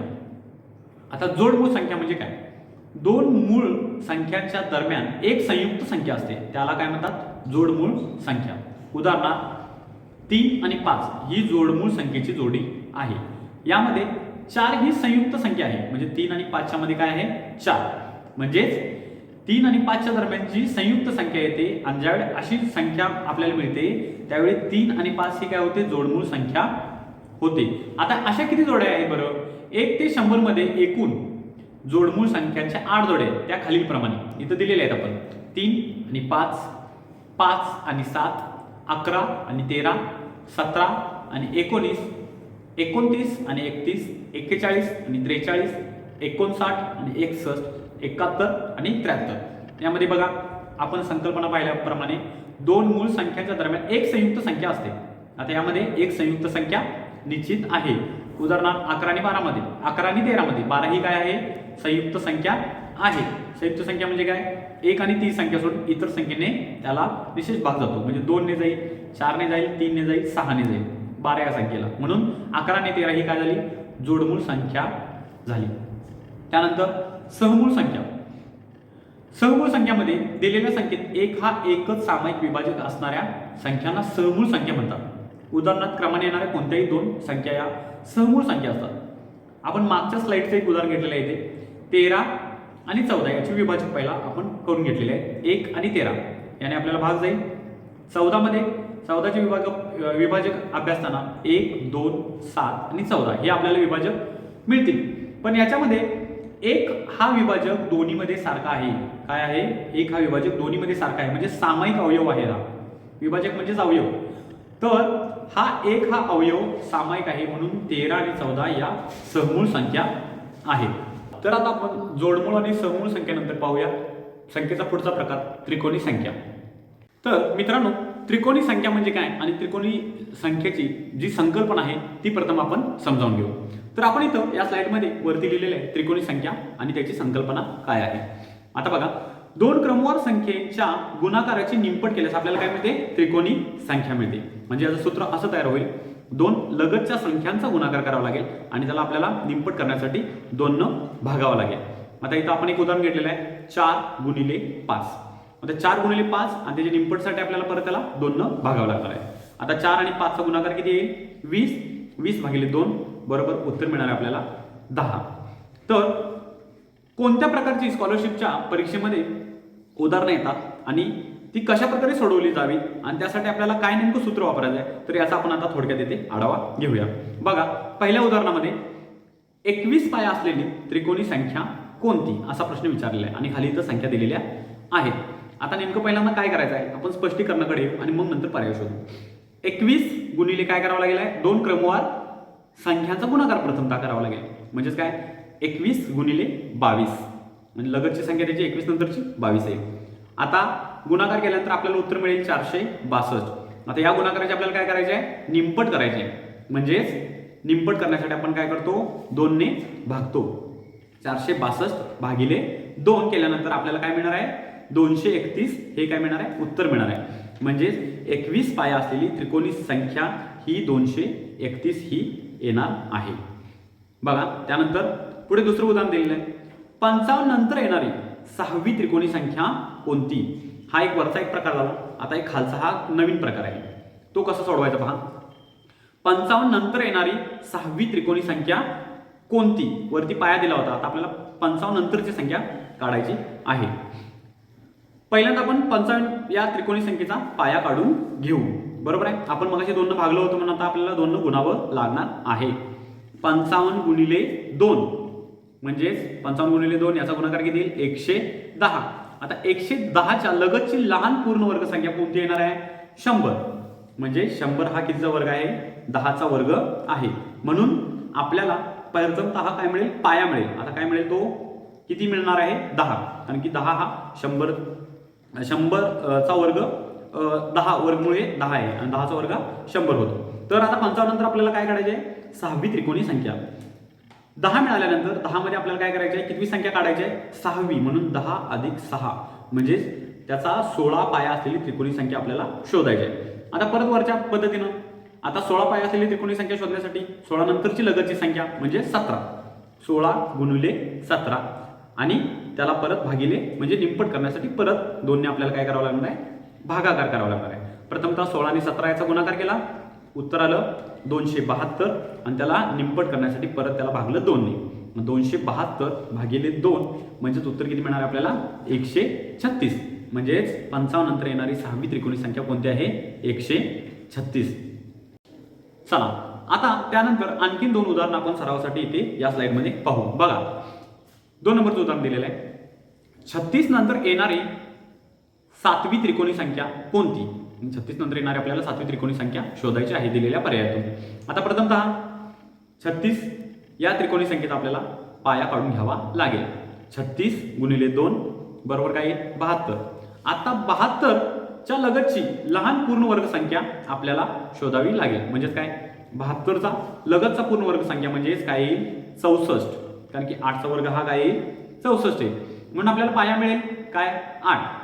मग आता आपल्याला काय करायचं आहे 36 नंतर 7वी त्रिकोणी संख्या शोधायची आहे. बरोबर आहे. पाया मिळालेला आहे 8 आणि या पायामध्ये आपल्याला 7 ऍड करावे लागतील म्हणजेच मिळवावे लागतील. म्हणजे आपल्याला काय मिळेल संख्या 15 मिळेल. 8 अधिक 7 बरोबर काय मिळेल 15. आता 15 पाया असलेली त्रिकोणी संख्या शोधावी लागेल. म्हणजेच 15 लगतची पुढची संख्या 15 गुणिले 16 लगतची संख्या 16 येईल. आता 15 गुणिले 16 आणि आपण मगाशी संकल्पनेत पाहिल्याप्रमाणे त्रिकोणी संख्या ही 2 क्रमवार संख्येच्या गुणाकाराची निमपट असते. म्हणजे 2 क्रमवार संख्या मिळाली आता 15 गुणिले 16 आणि त्याची निमपट करण्यासाठी आपल्याला परत त्याला 2 ने भागावे लागेल. आता बघा 15 गुणिले 16 यांचा गुणाकार येईल 240 आणि 240 ची निमपट बरोबर 120. म्हणजेच आता पर्याय क्रमांक 1 हे उत्तर आपल्याला तिथं लिहावं लागेल. कारण की 36 नंतर येणारी 7वी त्रिकोणी संख्या ही कोणती असणार आहे 120. आता आपण पुढची संख्या काढली या मागच्या 2 उदाहरणामध्ये. आता आपल्याला काय करायचं आहे एक वेगळं उदाहरण आपल्याला घ्यायचं आहे. बघा तिसरं वेगळं उदाहरण आहे 300च्या मागील क्रमाने येणारी 8वी त्रिकोणी संख्या शोधायची आहे. काय करायचं आहे 300च्या मागील क्रमाने येणारी 8वी त्रिकोणी संख्या शोधायची आहे. तीच क्रिया आहे फक्त आपण मगाशी जी बेरीज केली तिथं आपल्याला काय करावं लागेल येणाऱ्या जो पाया आहे वर्गसंख्येचा त्यातून आपल्याला हे 8 वजा करावे लागतील. चला स्पष्टीकरणाकडे आपण पाहूया. 300 या त्रिकोणी संख्येचा पहिल्यांदा काय काढावं लागेल पाया काढावा लागेल. 300 गुणिले 2 300 गुणिले 2 याचं उत्तर येईल 600 आणि 600च्या जवळची वर्गसंख्या कोणती येणार आहे. आता आपण संकल्पनेत प्रथमतः पाहिलं होतं की वर्गसंख्या ही पाठ करावी लागेल. तसंच स्कॉलरशिपच्या मुलांना 1 ते 30 पर्यंत वर्ग हे पाठ असले पाहिजेत की जेणेकरून आपल्याला ही क्रिया करणं अगदी सोपं आहे. कारण की तिथं वेळ आपला जाणार नाही 576चा वर्ग शोधण्यासाठी. जरी वर्ग आपल्याला तोंडपाठ असतील तर 576 हा 24चा वर्ग आहे हे आपल्याला लगेच समजून जाईल आणि आपल्याला त्याचा आपल्याला पाया मिळेल म्हणजेच काय 24. आता 300च्या मागील क्रमाने येणारी 8वी त्रिकोणी संख्या शोधायची आहे. आता पायातून 8 वजा आपल्याला करायचे आहेत कारण की आपण सर्वप्रथम पाया काढला. आता त्यातून मागची आपल्याला येणारी संख्या काढायची म्हणजेच आपल्याला काय करावं लागेल वजाबाकी करावी लागेल. त्यानंतर काय उत्तर मिळेल 16 मिळेल. 16 पाया असलेली संख्या. आता 16 नंतर येणारी परत लगतची संख्या 17. 16 गुणिले 17 याचा गुणाकार येईल 272 आणि 272 याला आपल्याला काय करावं लागेल 2 ने भागावे लागेल. म्हणजेच 136 ही आपल्याला त्रिकोणी संख्या मिळेल. कशाच्या मागची 300च्या मागील क्रमाने येणारी 8वी त्रिकोणी संख्या आपल्याला काय मिळेल 136 ही त्रिकोणी संख्या आपल्याला मिळणार आहे. आता यामध्ये एक शेवटचा प्रकार आहे त्रिकोणी संख्येनंतर आणि संख्येच्या प्रकारमध्ये चौरस संख्या. आता बघा याची संकल्पना इथे दिलेली आहे. दिलेल्या संख्येत जर त्याच संख्येने गुणल्यास मिळणारी वर्गसंख्या ही काय होणार आहे चौरस संख्या असणार आहे. उदाहरणार्थ आता आपण सांगितल्याप्रमाणे जे वर्ग पाठ करणार आहोत 1 ते 30 पर्यंत यामध्ये कोणत्याही संख्येला त्याच संख्येने गुणला असता आपल्याला काय मिळणार आहे वर्गसंख्या ही ती म्हणजे चौरस संख्या ही मिळणार आहे. उदाहरणार्थ इथं बघा सोपं उदाहरण दिलेलं आहे 3 गुणिले 3 म्हणजेच काय 3 गुणिले 3 यांचा गुणाकार किती येईल 9. म्हणून 3 ही काय होईल चौरस संख्या होईल. आता चौरस संख्या का बरं म्हटलेलं आहे तर ते आपल्याला खालील प्रमाणे टिपक्याने दाखवलं असतं आपल्याला काय मिळणार आहे चौरस मिळणार आहे. ती नंतर तुम्ही 4चं देखील करू शकता. बघा 4 गुणिले 4 म्हणजेच काय उत्तर मिळणार आहे 16. म्हणजे जिथं 3 टिपके दिलेले तिथं प्रत्येक ओळीमध्ये एक एक टिपका ऍड होईल आणि 4चा आपल्याला चौरस मिळेल. त्याप्रमाणे कोणकोणत्या संख्या आहे 1 4 9 16 25 36 म्हणजे 49 आणि तिथून पुढे क्रमशः या संख्या काय आहेत चौरस संख्या आहेत. म्हणजेच पूर्ण वर्ग संख्या या काय असतात चौरस संख्या असतात आणि चौरस संख्या म्हणून त्यांना ओळखलं जातं.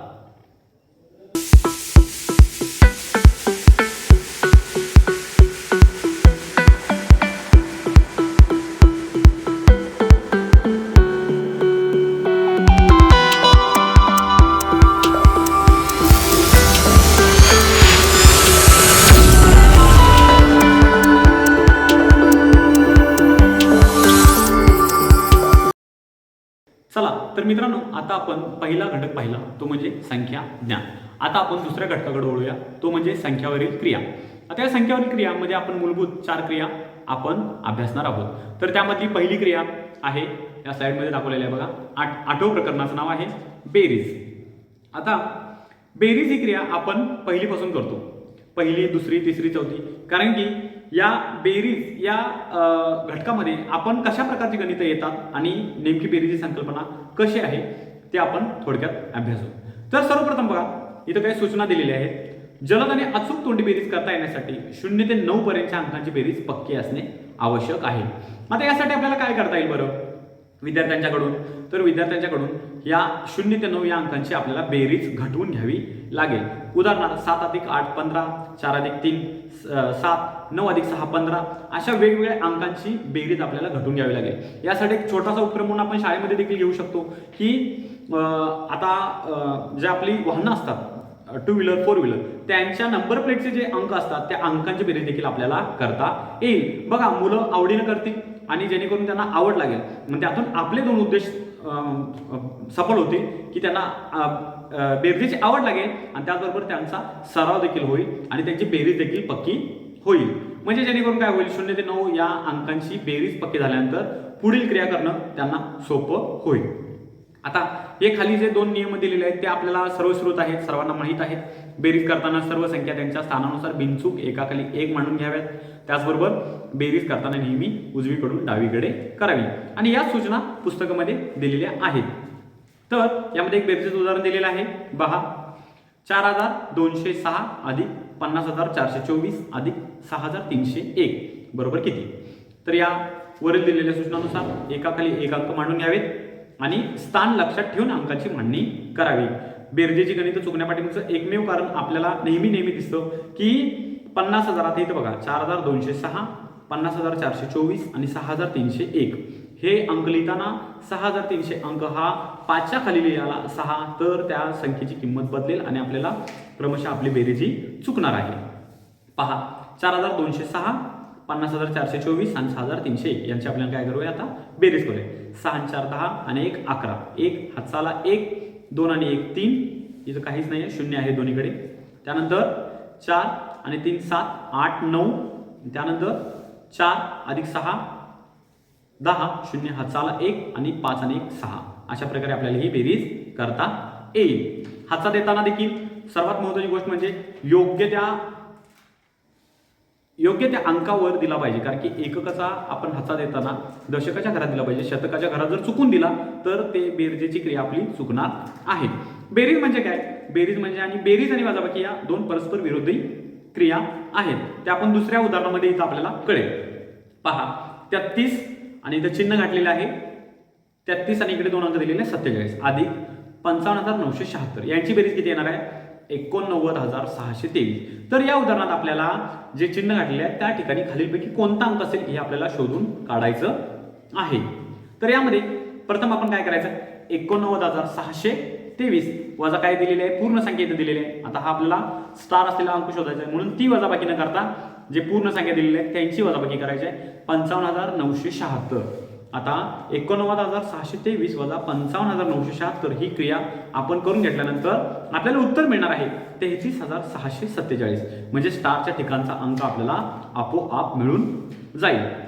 आता पहा, यामध्ये संख्याज्ञानमध्ये आपण पाहिलं होतं लहानात लहान संख्या तयार करणे, मोठ्यात मोठी संख्या तयार करणे. आता इथं 1 3 आणि 5 हे अंक वापरून सर्वात मोठी 5 अंकी संख्या आणि सर्वात लहान 5 अंकी संख्या यांची बेरीज किती, किंवा उलटून प्रश्न विचारतील यांच्या बेरजेची निमपट किती, नाहीतर आणखीन कोणताही प्रश्न विचारतील. तर तिथं सर्वप्रथम आपल्याला हे या अंकापासून संख्या बनवणं महत्वाचं आहे. आता पहा, वरील अंकापासून आपण संख्या बनवू. सर्वात मोठी 5 अंकी संख्या या अंकापासून किती होईल? 55,531 आणि सर्वात लहान 5 अंकी संख्या 11,135. आता यांची बेरीज आपल्याला करायची आहे. काय येईल बेरीज?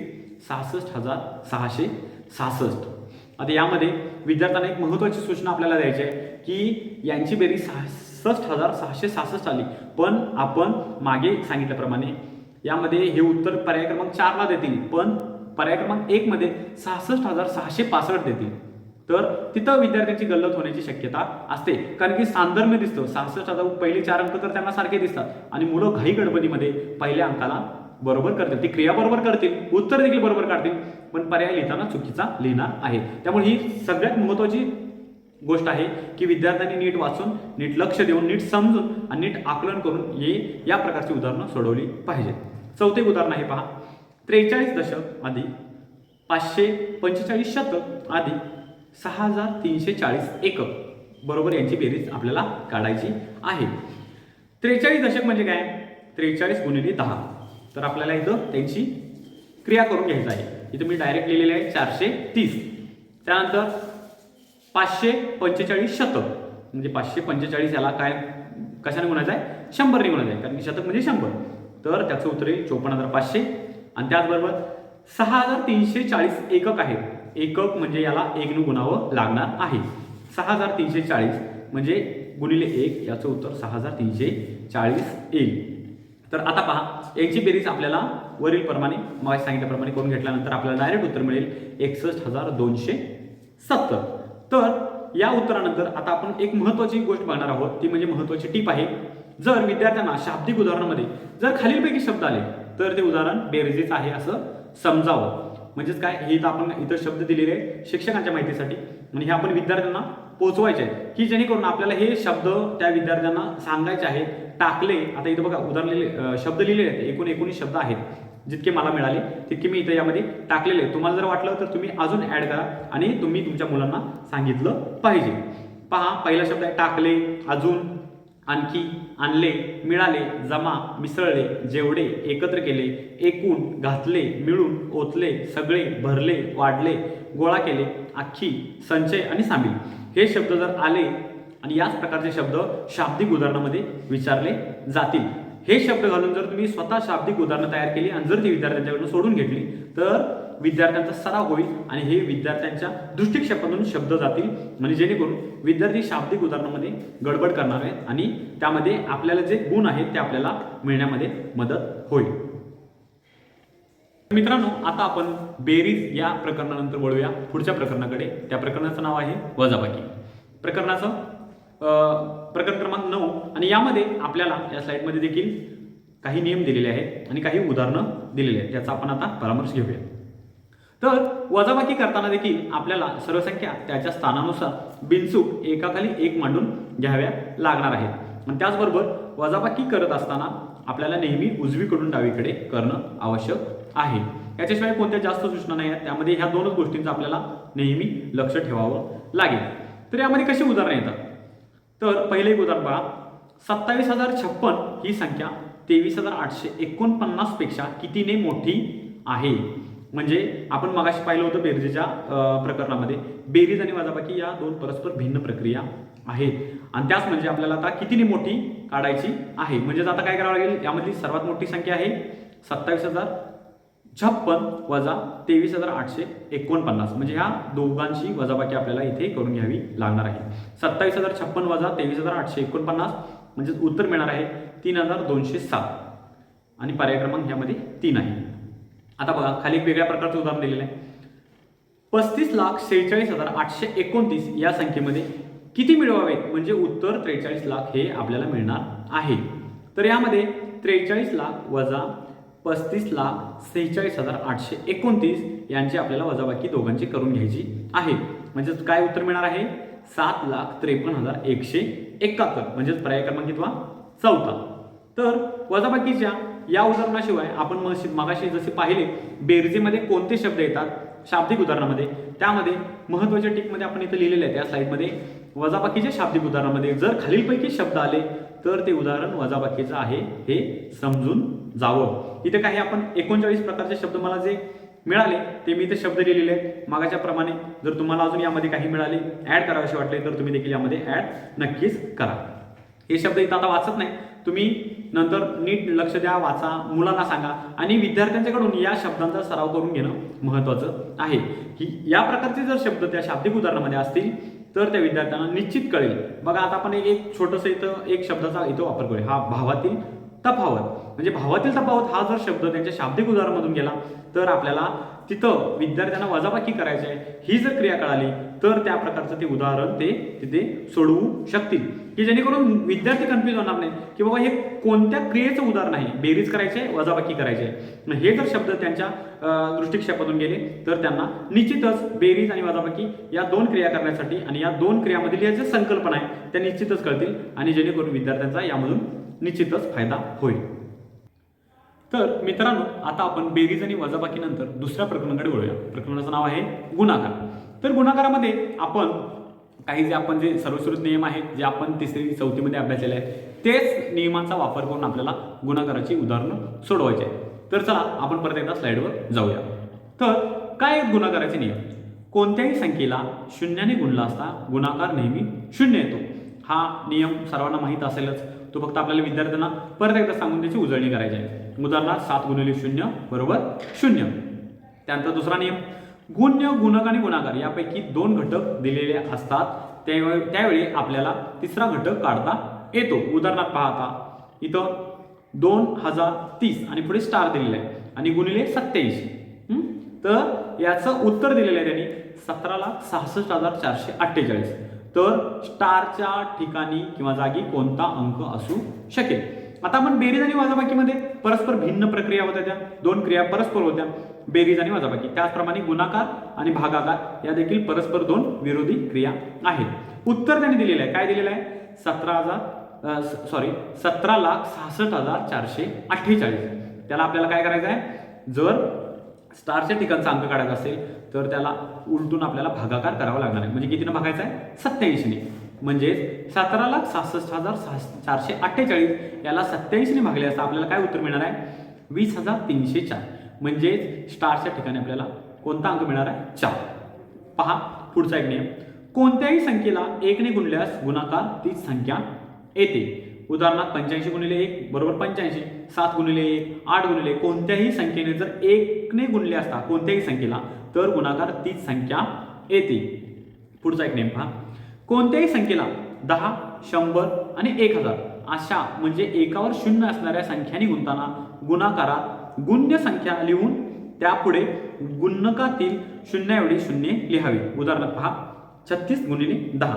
आता इथं काय करायचं आपल्याला? 36 गुणिले 10 मध्ये 36 आहे तसं ठेवायचं आहे आणि या 10 मधील एक शून्य आपल्याला 36च्या समोर ठेवायचं आहे. त्याचप्रमाणे 21 गुणिले 100, 21 आहे तसं ठेवायचं आहे, 100 दोन शून्य उचलून त्याच्यावर पुढे मांडायचे आहेत. म्हणजेच काय मिळालं? 2100. 33 गुणिले 1000 म्हणजे 33 आहे तसं ठेवायचं आहे आणि 3 शून्य 33 वर ठेवायचं म्हणजे उत्तर मिळणार आहे 33,000. आता पहा आणखीन एक नियम दिलेला आहे पुढच्या स्लाइडवर. दोन संख्यांचा गुणाकार करताना प्रथम त्यांच्या एकक स्थानच्या अंकाचा गुणाकार करावा लागतो. या अंकाच्या गुणाकारातील एकक स्थानी जो अंक असतो तोच अंक मूळच्या दोन संख्यांच्या गुणाकाराच्या एकक स्थानी असतो. म्हणजे पहा उदाहरणार्थ 98 गुणिले 75. आता यामध्ये एकक स्थानी कोणता अंक आहे? 8 आणि 5. यामध्ये 8 आणि 5चा सर्वप्रथम आपण गुणाकार करून घेऊ म्हणजे उत्तर किती येईल? 40. आता यामध्ये एकक स्थानी 40 मध्ये एकक स्थानी 0 हा अंक आहे. म्हणजे आपण जर 98 गुणिले 75 या दोघांची क्रिया केली तर आपल्याला काय उत्तर मिळणार आहे? 7,350. आणि 8 आणि 5 यांचा गुणाकार केल्यानंतर एकक स्थानी कोणता अंक मिळणार आहे? 0. म्हणजे वरती आलेला 0 हा खालच्या उत्तरामध्ये 7,350च्या ठिकाणी एकक स्थानी 0च अंक येईल. त्यानंतर सरावासाठी इथं आणखीन एक उदाहरण घेतलेलं बघा जे परीक्षेमध्ये विचारलं होतं. यामध्ये काय केलेलं आहे? 3,737 गुणिले 27 आणि त्याने त्याचं उत्तर दिलेलं आहे किती? 1,08,99. तर काय विचारलेलं आहे? 3,737 गुणिले 81. आता हे उदाहरण कसं सोडवायचं पहा. यामध्ये बघा 3,737 हे समान आहे दोन्ही गणितामध्ये. तर आपल्याला फक्त 27 आणि 81 या दोन संख्या भिन्न आहेत. तर आता पहा आपल्याला 30 पर्यंत पाढे विद्यार्थ्यांच्याकडून घटवून घ्यायचे आहे. ते पाठ असतील तर आपल्याला गुणाकाराची किंवा भागाकाराची उदाहरणे सहज आणि जलद गतीने सोडवण्यासाठी त्यांना उपयुक्त होतील. तर याच्यामध्ये काय याच्यामध्ये दिसतं बरं की 27 आणि 81 यामध्ये काय साधर्म्य दिसतं? तर 27 ची 3 पट म्हणजे 81 बरोबर आहे. हे उदाहरण आपल्याला 3,737 गुणिले 81 करून देखील सोडवता येईल. पण यामध्ये आपल्याला ट्रिक काय वापरायची आहे? 27 ची 3 पट 81 आहे बरोबर आहे. पण त्याचा 3,737 ही संख्या दोन्हीकडे समान आहे. म्हणजेच आपल्याला काय करायचं आहे? 3 पट 81 असेल तर 1,08,99,ला 3 ने गुणायचं, म्हणजे त्याची तिप्पट करायची. म्हणजे की दोन्ही उदाहरणामध्ये 3,737 काय आहेत, समान आहेत. म्हणून काय उत्तर येईल ह्याला, 3,787 गुणिले 81 करण्यापेक्षा आपल्याला 1,08,99,ला 3 न गुणणं कधीही सोयीस्कर होईल. तर त्यामुळे आपल्याला उत्तर मिळणार आहे 3,02,697. त्यामुळे पर्याय क्रमांक किती आपल्याला शोधायचा आहे, 4. तर 4 पर्याय क्रमांकाला मुलं काय करतील, गोल करतील. तर पहा, या गुणाकाराच्या मध्ये क्रिया करताना आपल्याला महत्त्वाच्या ज्या गुण्य गुण गुणाकार ह्या संकल्पना नीट समजवून सांगून त्या विद्यार्थ्यांनी समजून घेऊन सोडवल्या पाहिजे. त्यानंतर ह्या नियमांचा आपण जर उदाहरणामध्ये उपयोग करून घेतला आणि अशा प्रकारची जर उदाहरणं सोडवली तर विद्यार्थ्यांना गुणाकार ही संकल्पना निश्चित समजण्यासाठी सोपी जाईल. चला तर मित्रांनो, आता आपण गुणाकारानंतर भागाकार या प्रकरणाकडे वळूया. तर भागाकारमध्ये आपल्याला काय नियम लक्षात घ्यायचे आहेत आणि कोणत्या प्रकारे भागाकाराची क्रिया करून घ्यायची आहे याचा आपण थोडक्यात आढावा घेऊ. तर गुणाकार आणि भागाकार स्लाइडमध्ये दाखवल्याप्रमाणे पहा, गुणाकार व भागाकार या परस्पर विरुद्ध क्रिया आहेत. म्हणजे तिथं उदाहरण घेतलेलं आहे पहा, 6 गुणिले 5 बरोबर काय येईल, 30 येईल. परंतु यावरून आपल्याला 30 भागिले 5 बरोबर 6 मिळेल आणि 30 भागिले 6 बरोबर 5 हे दोन आपल्याला भागाकार मिळणार आहेत. त्यानंतर दुसरा नियम आहे, कोणत्याही संख्येला 1 ने भागले असता येणारा भागाकार ही संख्या तीच असते. म्हणजे एक उदाहरणार्थ 458 भागिले 1 म्हणजे काय आपल्याला भागाकार मिळणार आहे, 458 हाच आपल्याला भागाकार मिळणार आहे, म्हणजे तीच संख्या. त्यानंतर पुढचा नियम, शून्य या संख्येला कोणत्याही शून्येतर संख्येने भागल्यास भागाकार शून्यच येतो. उदाहरणार्थ 0 भागिले 589 बरोबर काय, शून्यच आपल्याला उत्तर मिळणार आहे. यामध्ये आपल्याला काही महत्त्वाची सूत्रे अभ्यासाची आहेत. ती पहा, पहिलं सूत्र आहे भाज्य बरोबर, जे आपण नेहमी विद्यार्थ्यांच्याकडून शिकवून घेत असतो. भाज्य बरोबर भाजक गुणिले भागाकार अधिक बाकी. म्हणजे बघा, भागाकाराच्या एका उदाहरणात भाजक 48. आता कसं उदाहरण विचारले आहे तर आपण याचा आढावा घेऊया. भागाकाराच्या एका उदाहरणात भाजक 48 आणि भागाकार 193 व बाकी 20 आहे. तर आपल्याला काय करायचं आहे, भाज्य काढायचं आहे वरच्या सूत्राप्रमाणे. आता भाज्य काय दिलेलं आहे, भाज्य काढण्यासाठी इथं आपल्याला क्रिया करायची आहे, भाजक गुणिले भागाकार. वरच्या उदाहरणामध्ये भाजक आहे 48, भागाकार आहे 193 आणि बाकी यामध्ये मिळवायची आहे. म्हणजे आपल्याला काय मिळणार आहे, भाज्य मिळणार आहे. तर 48 आणि 193 यांचा गुणाकार येईल 9264 आणि त्यामध्ये आपल्याला काय मिळवायचे आहे, बाकी. आणि ह्यामध्ये 20 मिळवल्यानंतर बाकी मिळवल्यानंतर आपल्याला मिळणार आहे 9284. हा काय असेल, भाज्य असेल. 2 नंबरचं सूत्र आहे पहा, भाजक काढायचं आहे. भाजक कशा प्रकारे काढता येईल आपल्याला, भाज्य वजा बाकी आणि त्यालाच काय करायचं आहे, भागायचं आहे भागाकाराने. म्हणजेच बघा, आता या उदाहरणामध्ये 875 हे काय आहे, भाज्य आहे आणि भागाकार किती आहे, 43 आणि बाकी दिलेले आहे 15. तर भाजक काढायचं आहे, म्हणजे 875 वजा 15 भागिले 43. प्रथमतः वरची क्रिया करून घेऊ. 875 वजा 15 860 आणि त्याला कितीने भागायचं आहे, जो काय भागाकार दिलेला आहे त्याने. म्हणजे वरतील उदाहरणामध्ये 43 हा भागाकार दिलेला आहे. तर 860 भागिले 43 आपल्याला काय मिळणार आहे, उत्तर 20. हा 20 हा काय मिळणार आहे, भाजक. 3 नंबरचं सूत्र, भागाकार बरोबर भाज्य वजा बाकी भागिले भाजक. पहा उदाहरण, 875 काय आहे, भाज्य आहे आणि बाकी 15 व भाजक 20 आहे. वरीलच उदाहरण आपण घेतलेलं आहे ते, भाज्य 875 बाकी 15 आणि भाजक 20 आहे. खालीलप्रमाणे आपण याची मांडणी करून घेऊ. भागाकार काढायचा आहे आपल्याला, तर काय काढायचं आहे, भागाकार म्हणजे भाज्य वजा बाकी आणि भागिले भाजक. आता वरील उदाहरणामध्ये भाज्य आहे 875 म्हणून 875 घेतले वजा 15 बाकी वजा केले आणि त्याला भागलेले कितीने, 20 ने. म्हणजे 860 भागिले 20 म्हणजे आपल्याला काय मिळणार आहे, 43 हा भागाकार मिळणार आहे.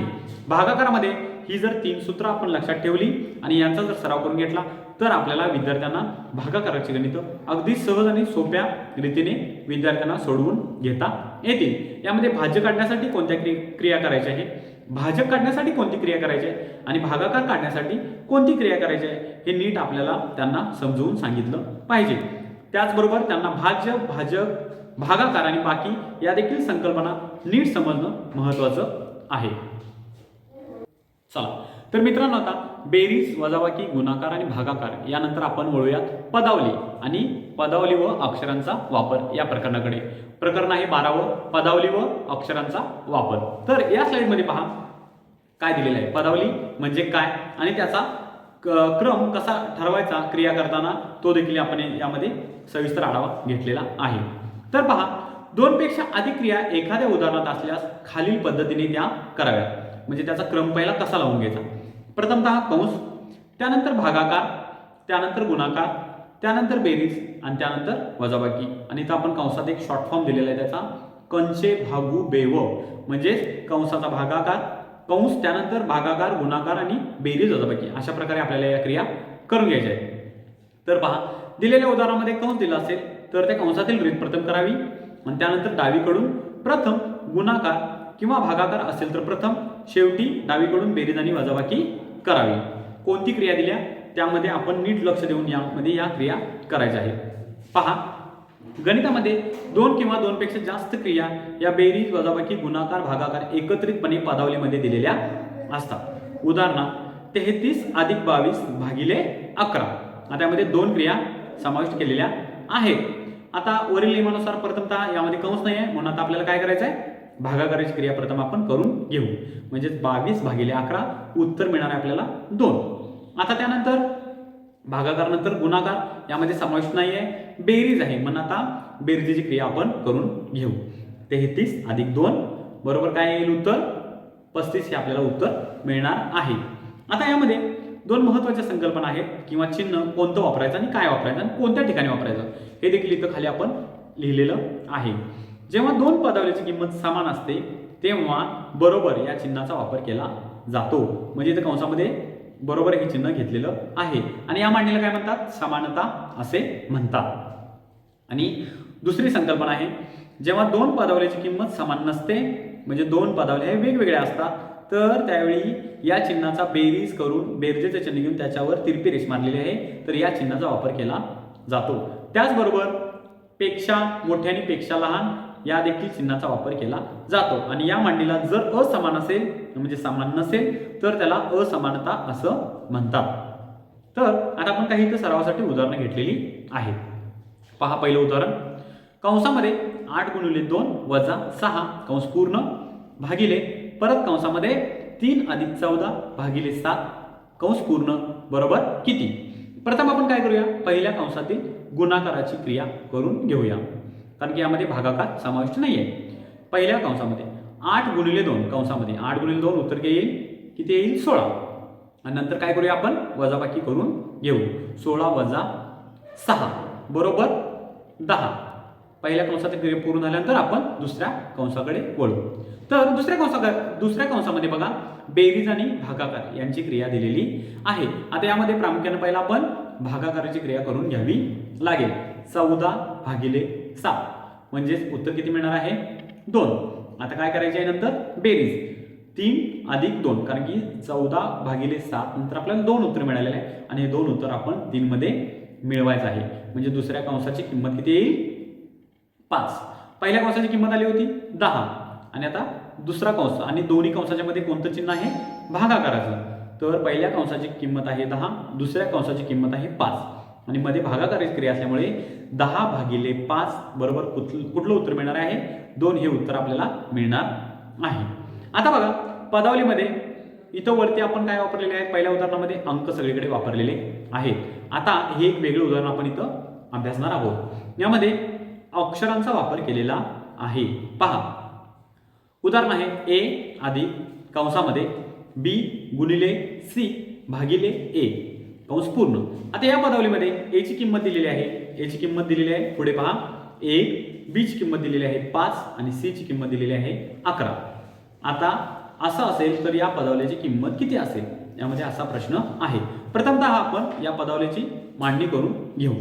याची किंमत किती दिलेली आहे 1 म्हणून 1 घेऊ अधिक कंसामध्ये 5 गुणिले 11 कारण बी ची किंमत आहे 5 आणि सी ची किंमत आहे 11 आणि दोन्हीच्या मध्ये चिन्ह आहे गुणाकार म्हणून 5 गुणिले 11 आणि शेवटला भागिले 1 म्हणजेच ए. इथं वरच्या कंसामध्ये शेवटचा अंक आहे अक्षर आहे ए म्हणून ए ची किंमत दिली आपण 1 आता ही आपली उदाहरणाची मांडणी करून झालेली आहे. आता परत आपण पदावलीचे आपण नियम जे अभ्यासले त्यामधली त्या नियमानुसार आपण प्रथमतः काय करायचे, कंसामधला पहिला भागाकार करून घ्यायचा आहे आणि नंतर आपण गुणाकाराकडे वळायचं आहे. 11/1 उत्तर काय मिळणार आहे आपल्याला 11 आणि त्यानंतर 5×11 ही कंसातील शेवटची क्रिया आपली राहील. 11×5 बरोबर उत्तर मिळणार आहे 55 आणि त्यानंतर शेवटची क्रिया 1 अधिक कंसातील संख्या म्हणजे कंसात किती राहिलेली आहे संख्या आता 55 म्हणजे 1 अधिक 55 बरोबर उत्तराच्या शेवटी आपल्याला मिळणार आहे 56 हे उत्तर आपल्याला मिळणार आहे.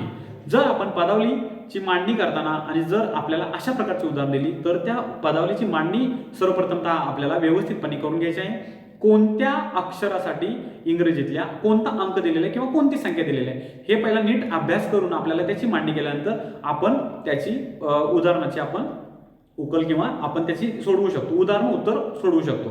तर सर्वात महत्त्वाची मांडणी करताना आपल्याला गडबड न करता निवांतपणे समजून उदाहरण त्याला कोणती किंमत दिलेली आहे ते समजून त्याची मांडणी केली असता निश्चितपणे आपल्याला ही उत्तर काढण्यासाठी सोपी ठरणार आहे.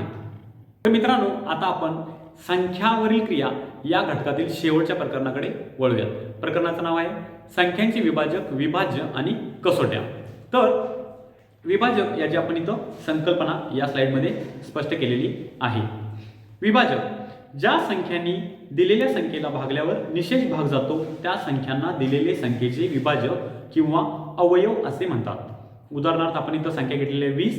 या संख्येस कोणकोणत्या संख्येने भाग जाईल त्या सर्व संख्या इथं आपण लिहिलेल्या आहेत. त्या संख्या पहा 1, 2, 4, 5, 10 आणि 20 या संख्यांनी भागल्यास आपल्याला बाकी किती मिळणार आहे 0, कारण की त्याला निशेष भाग जाणं हे देखील महत्त्वाचं आहे.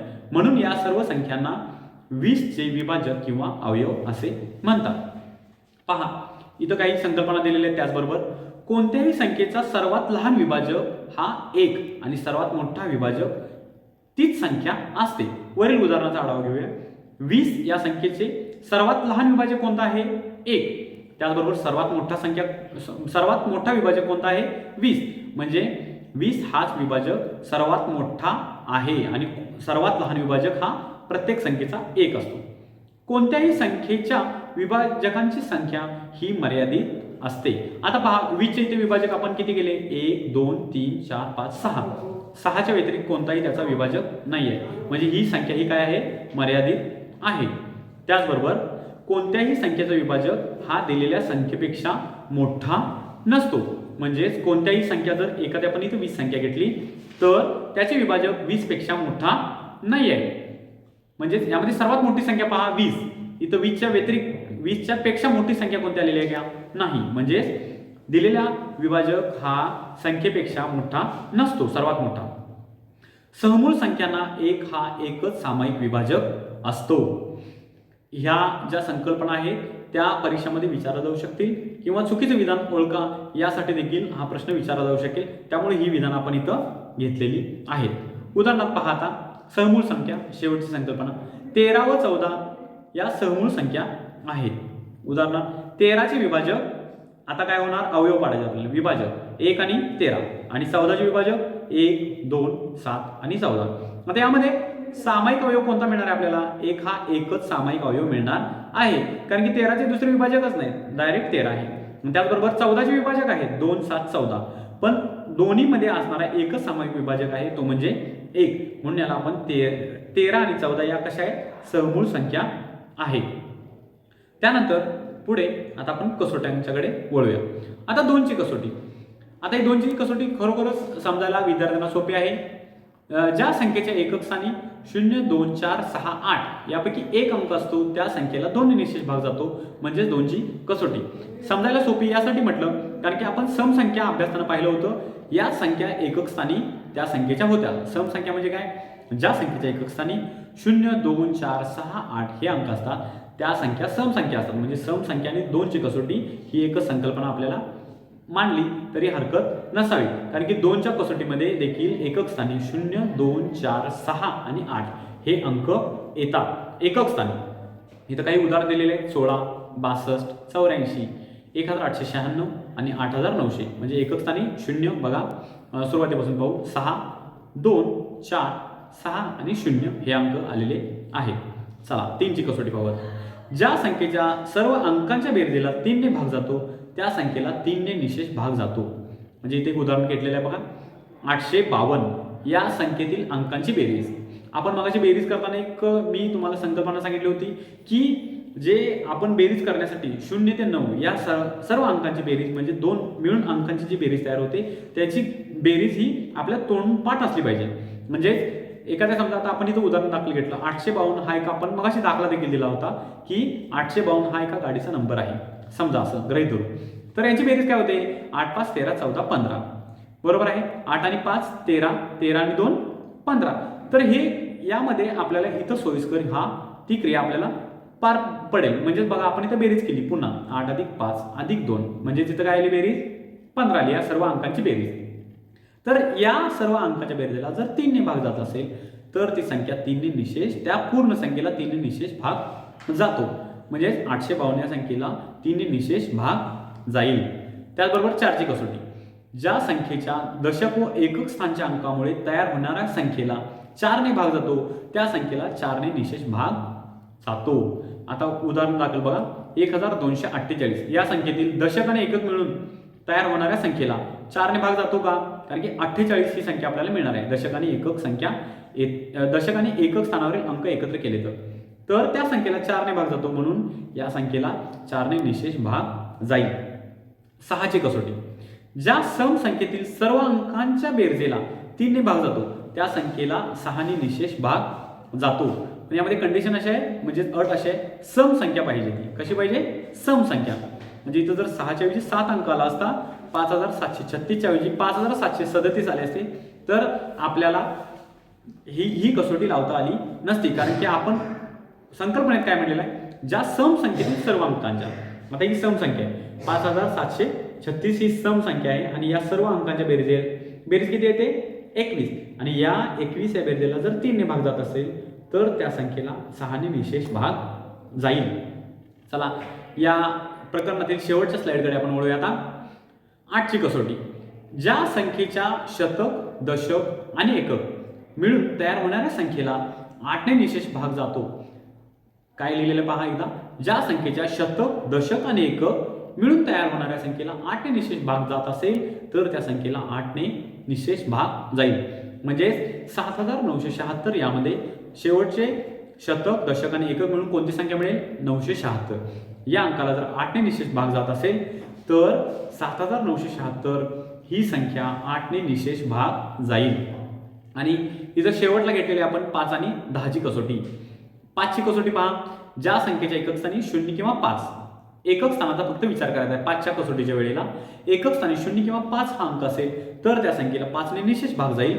आणि 10च्या कसोटीसाठी आपल्याला एकक स्थानी फक्त 0 एकक स्थानी जर अंक असेल तर त्या संख्येला 10 ने निश्चितपणे भाग जाईल. उदाहरणार्थ 10 20 220 3540 69880 या संख्येच्या शेवटच्या स्थानी म्हणजे एकक स्थानी 0 हा अंक आहे.